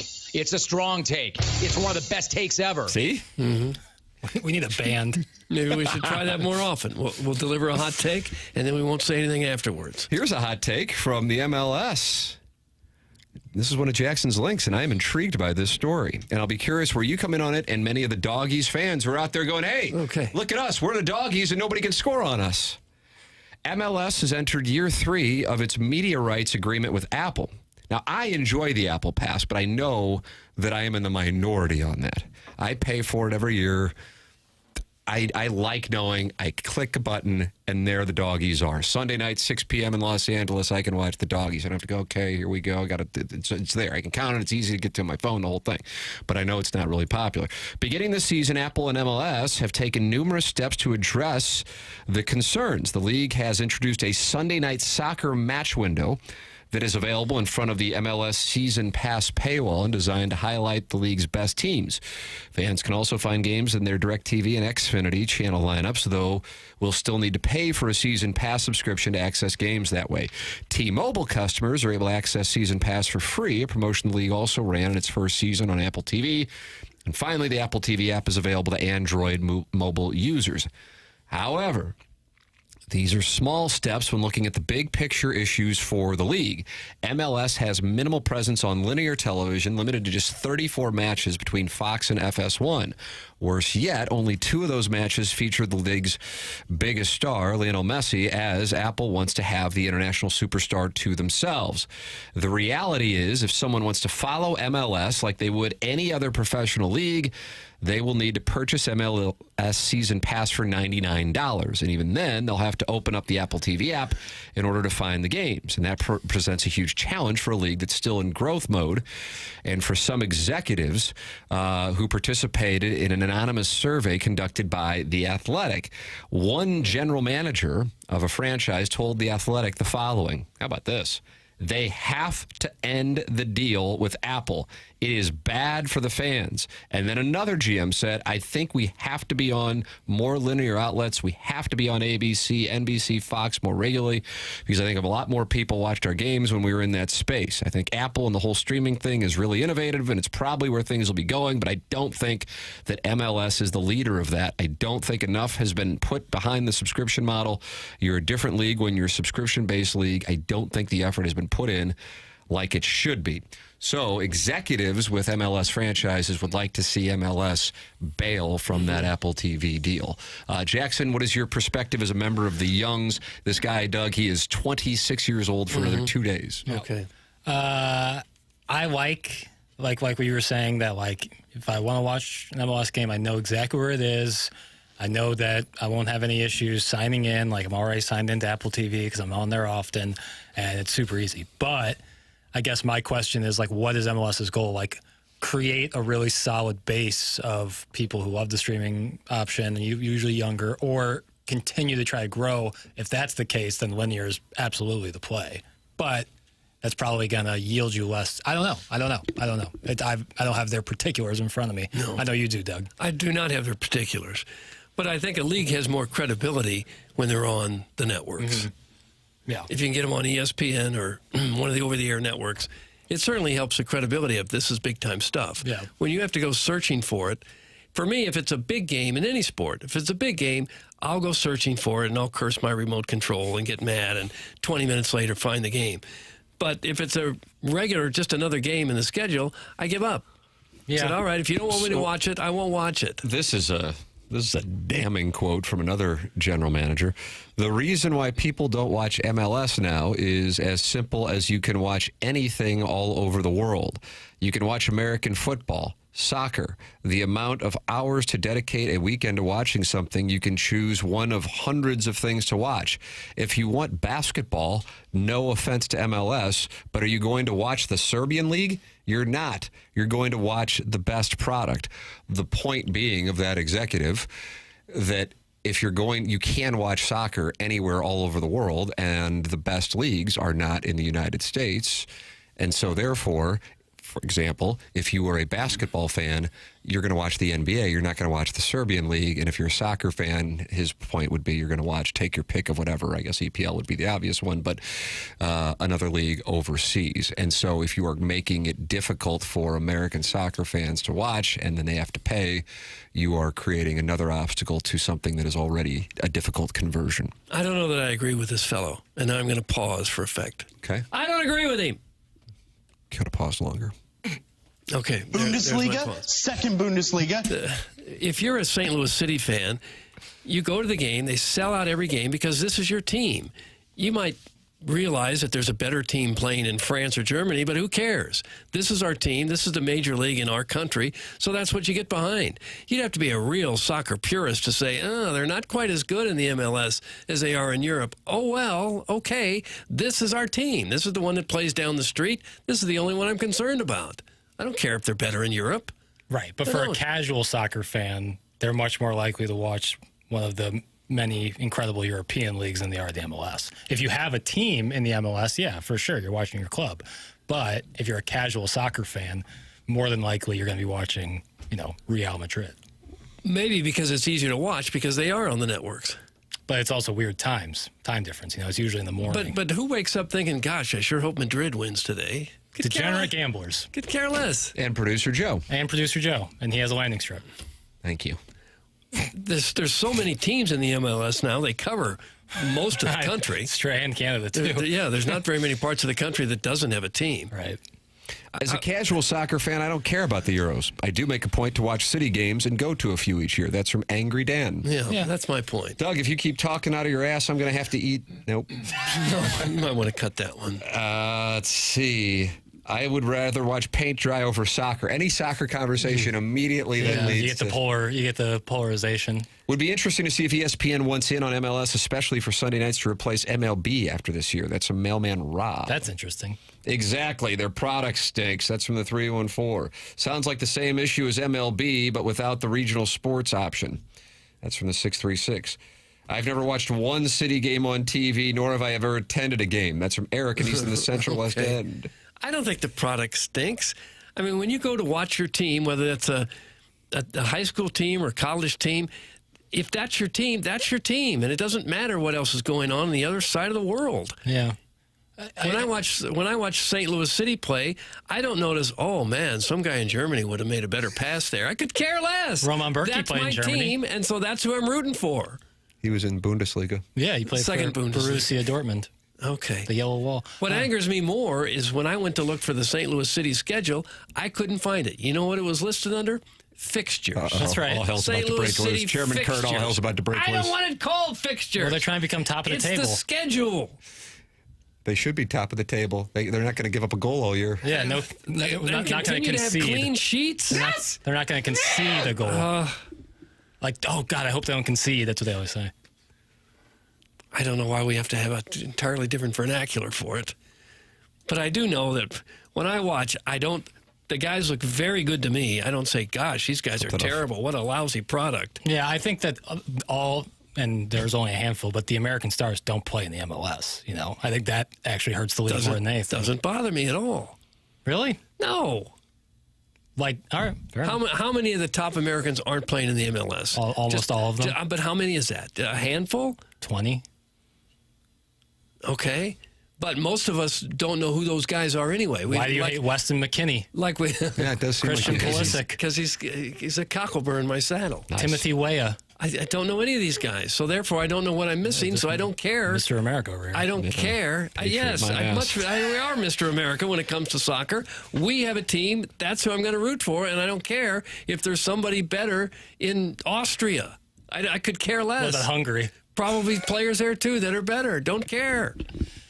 Wow. If this product is good, and most people seem to think it's pretty good, that's enough. That's good enough for me. It's entertaining, but Doug, it's way inferior skill level. That's from Pele Blanco. Okay, sure. And you That's can from tell. Pele. Okay. I mean, you can't tell. Way superior. Okay, maybe.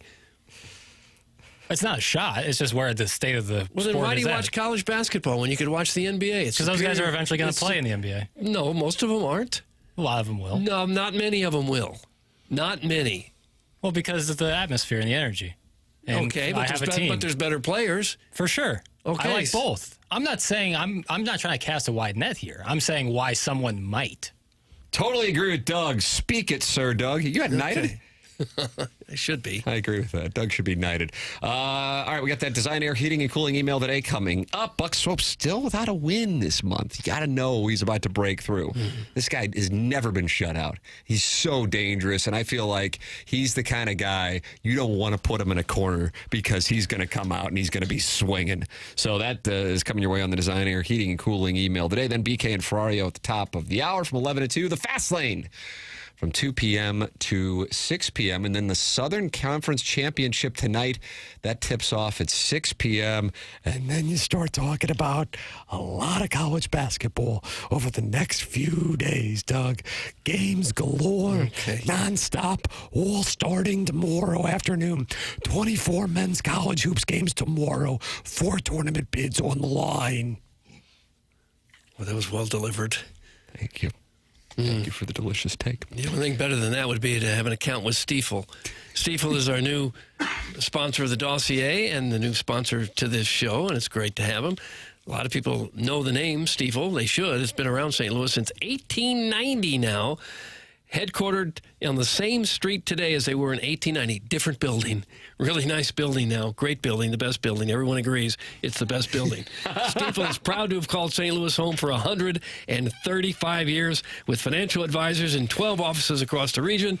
Stiefel helps clients right here in St. Louis and nationwide manage their hard-earned wealth. Stiefel also provides banking, lending, and trust services and is a full-service investment bank. Basically, when it comes to finance, Stiefel has you covered. As one of the fastest-growing wealth management firms in the world, their tagline is where success meets success, so it's no wonder they've decided to partner with a winning program like this one. Stiefel and TMA, that's where success meets success. They also partner with the Cardinals and the Blues and the Stiefel Charity Classic now. They sponsor the Stiefel Theater, and Stiefel is honored to support the city, the people, and its future. Stiefel, read it fast, it says. Stiefel Nicholas and Company Incorporated, member SIPC and NYSE. I can't read it any faster than that. Ron reads whatever in the teleprompter. It said, read it fast. Stiefel Nicholas and Company Incorporated, member SIPC and NYSE. Nice. I mean, you got the disclaimer in there. You did the job. We got that Design Air Heating and Cooling email today. You can still get your entry in the morning after at InsideSTL.com. This is TMA, presented to you by Brown and Crouppen, 101 ESPN.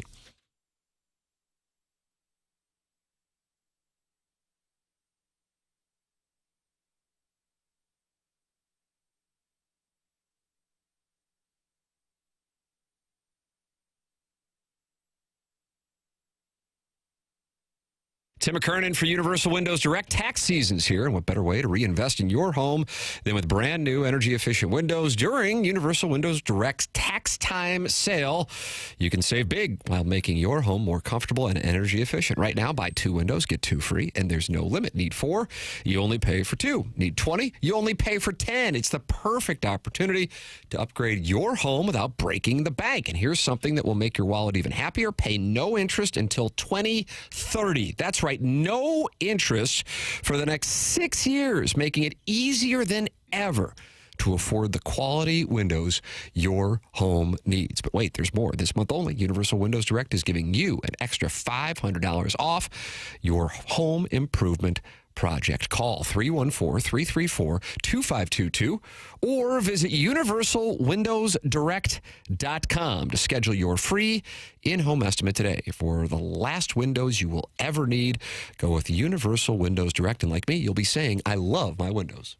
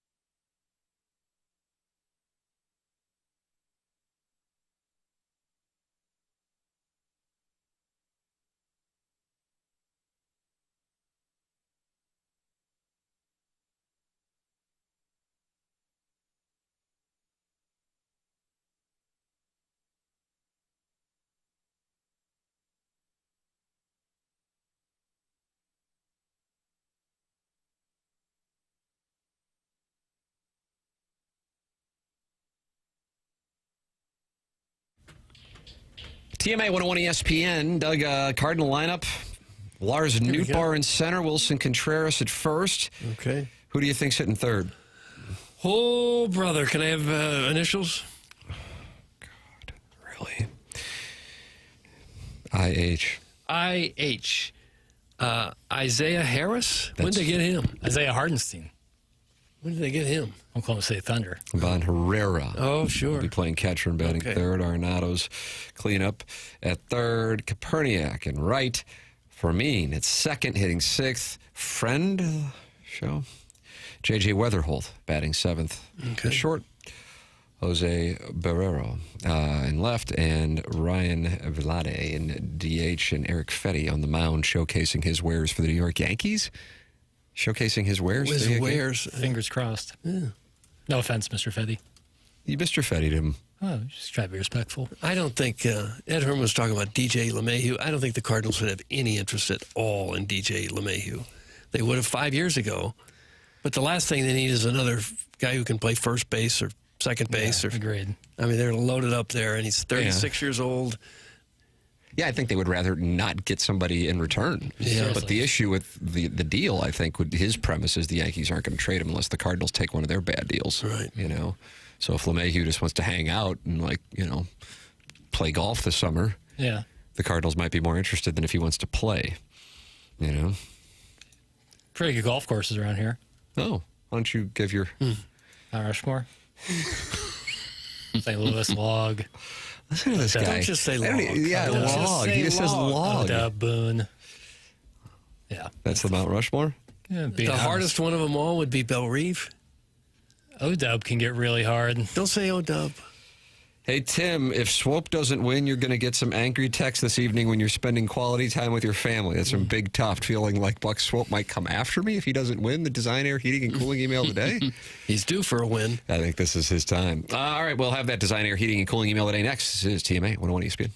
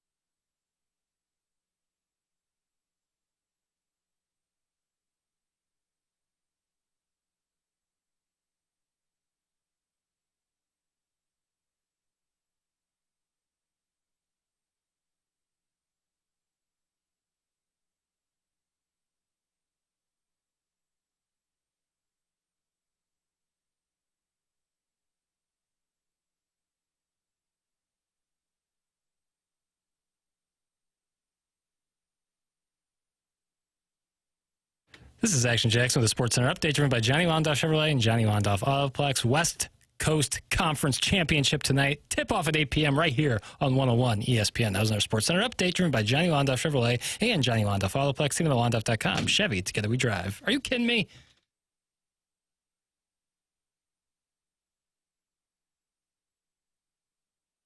James Carlton, Carlton State Farm Insurance Agency, online at carltoninsurance.net, 314-961-4800, or go online at carltoninsurance.net. 415 five-star reviews for James Carlton of the Carlton State Farm Insurance Agency. He's been my insurance agent for 6 years, and I welcome you to make the call to see if he can save you money. That's James Carlton, 314-961-4800, or go online at carltoninsurance.net. Doug, it's time for the Design, Air, Heating, and Cooling email of the day. Okay. Ow! Happy Tuesday, lads. When the temperature hits the 50s and 60s, the park steaks and sex parties start to sizzle. Unfortunately, when we turtle head into the 70s, we start to see the jogger pants appear. Whether it was the fish fry, the driving range, or the youth soccer games, these elastic-loving weirdos are out in full force. Let's time travel back 30 years. These joggers are the same as the matching cotton sweatsuits in ridiculous color that every kid in America owned in the 80s and 90s. Nowadays, they're being passed off as the hottest fashion trend. Believe me, there's nothing trendy about Jimbo from Jeffco wearing pants that make it look like he's pressing two pork shoulders out the legs of his pant. Pork shoulders? Then you get the Kirkwood hockey dad that pulls up the elastic even more to show his calf implants and newest pair of Hey Dudes. These pants are for women. End of story. Doug, it's my cousin Vinny, and he's not happy with the pants in the community. My cousin Vinny. Well, I'm in the doghouse again. My wife bought a fancy new laundry hamper with separate compartments for darks, lights, and colors. She got all ticked off when I put my white undies in with the colors. I thought it was appropriate since my briefs are heavily soiled. Oh. With brown, yellow, and red stains? Red? Yeah. Oh. It's tough. To make matters worse, I recently took my family out for a nice supper. Our waiter was Greg, a beefy gentleman with a cute little goiter near his Adam's apple, which made my loins tingle. He asked, "Do you need any condiments for your meal?" He was talking about catsup and the like, but I thought he said condoms. Imagine the horror on my family's face when I said, "Greg, if you kiss me on the neck real soft, I won't make you wear any protection." Needless to say... You sleep with the switches there, Doug? Needless to say, we finished our food in silence. Despite that uncomfortable car ride home, my experience still wasn't as embarrassing as the time a radio producer on the Blues flagship station forgot to take his meds and thought Garth Butcher's name was actually Garth Butler. Now that's embarrassing. It's from the JV golf coach. JV golf coach. It's true. I have yet to win an email this month. You fire pucks on net, and sometimes you just get beat by a better email written by a man pretending to be a woman. Demanding y'all get matching needlepoint cummerbunds featuring a famous jewelry store slogan with the word cuckold substituted for diamond. Side note, for any risque custom needlepoint needs, holla at the ladies at the Needlepoint Clubhouse on Manchester. Doug, is there a live read weaved in here? Yeah, that sounds and like not the guy pretending to be a bad girl who is testing things. So, can Libby Check, virgin Adderall dog hater, finally weigh in on Best in Show, starring his all-time favorite actress based on one scene? From Dazed and Confused, that being Parker Posey. I sent him the DVD in October, but never got his good or bad review. If he somehow still has not watched it yet, I assume he'll watch it this week now that it's been covered on Bill Simmons' Rewatchables podcast, just like the Blues Brothers, Rollerball, and The Firm, featuring Horny Hackman. This email is sponsored by the South Dakota Department of Tourism. Fly to one of the regional airports and visit Mount Rushmore. Rapid City is just 30 minutes away, but if you want to fly to Sioux Falls with Libby Jack, then you can drive another 5 hours. You too can confirm whether or not Teddy Roosevelt is on there. Doug, not knowing that, is on my Mount Rushmore of TMA dumb, along with Iggy being confused about the U.S. Senator term lengths and wondering why midterms weren't every 3 years. Plowsy asking where the nearest polling place was on Election Day, not realizing you have to vote in the county in which you are registered. And Libby Jack not knowing Reba McEntire's an American. Doug, that's Buck Swope, and that's what we have. The Design Air Heating and Cooling email today. I kind of like the JV golf coach today. I'm going to go JV. Oof, I liked my cousin Vinny. JV golf coach. JV Golf Coach is one. The Design Air Heating and Cooling email of the day. If you get Mentality, you're winning. Mentality, if you're dealing with low energy, low motivation, fatigue, tired all the time, weight gain, muscle loss, feeling anxious, moody, irritable, those are symptoms of low testosterone. Mentality is a local healthcare facility that specializes in helping men feel and perform at their very best. It's Mentality, which focuses on free testosterone levels, which many doctors overlook, ensuring your treatment is tailored to your body. Here's what you can do this year. Stop settling for a fraction of your potential. Mentality's new year is your chance to take back control. Men today have 30% less testosterone. Take back your numbers. Visit mentalityhealth.com/radio to get access. It's Mentality at mentalityhealth.com/radio. We got to go. Bye.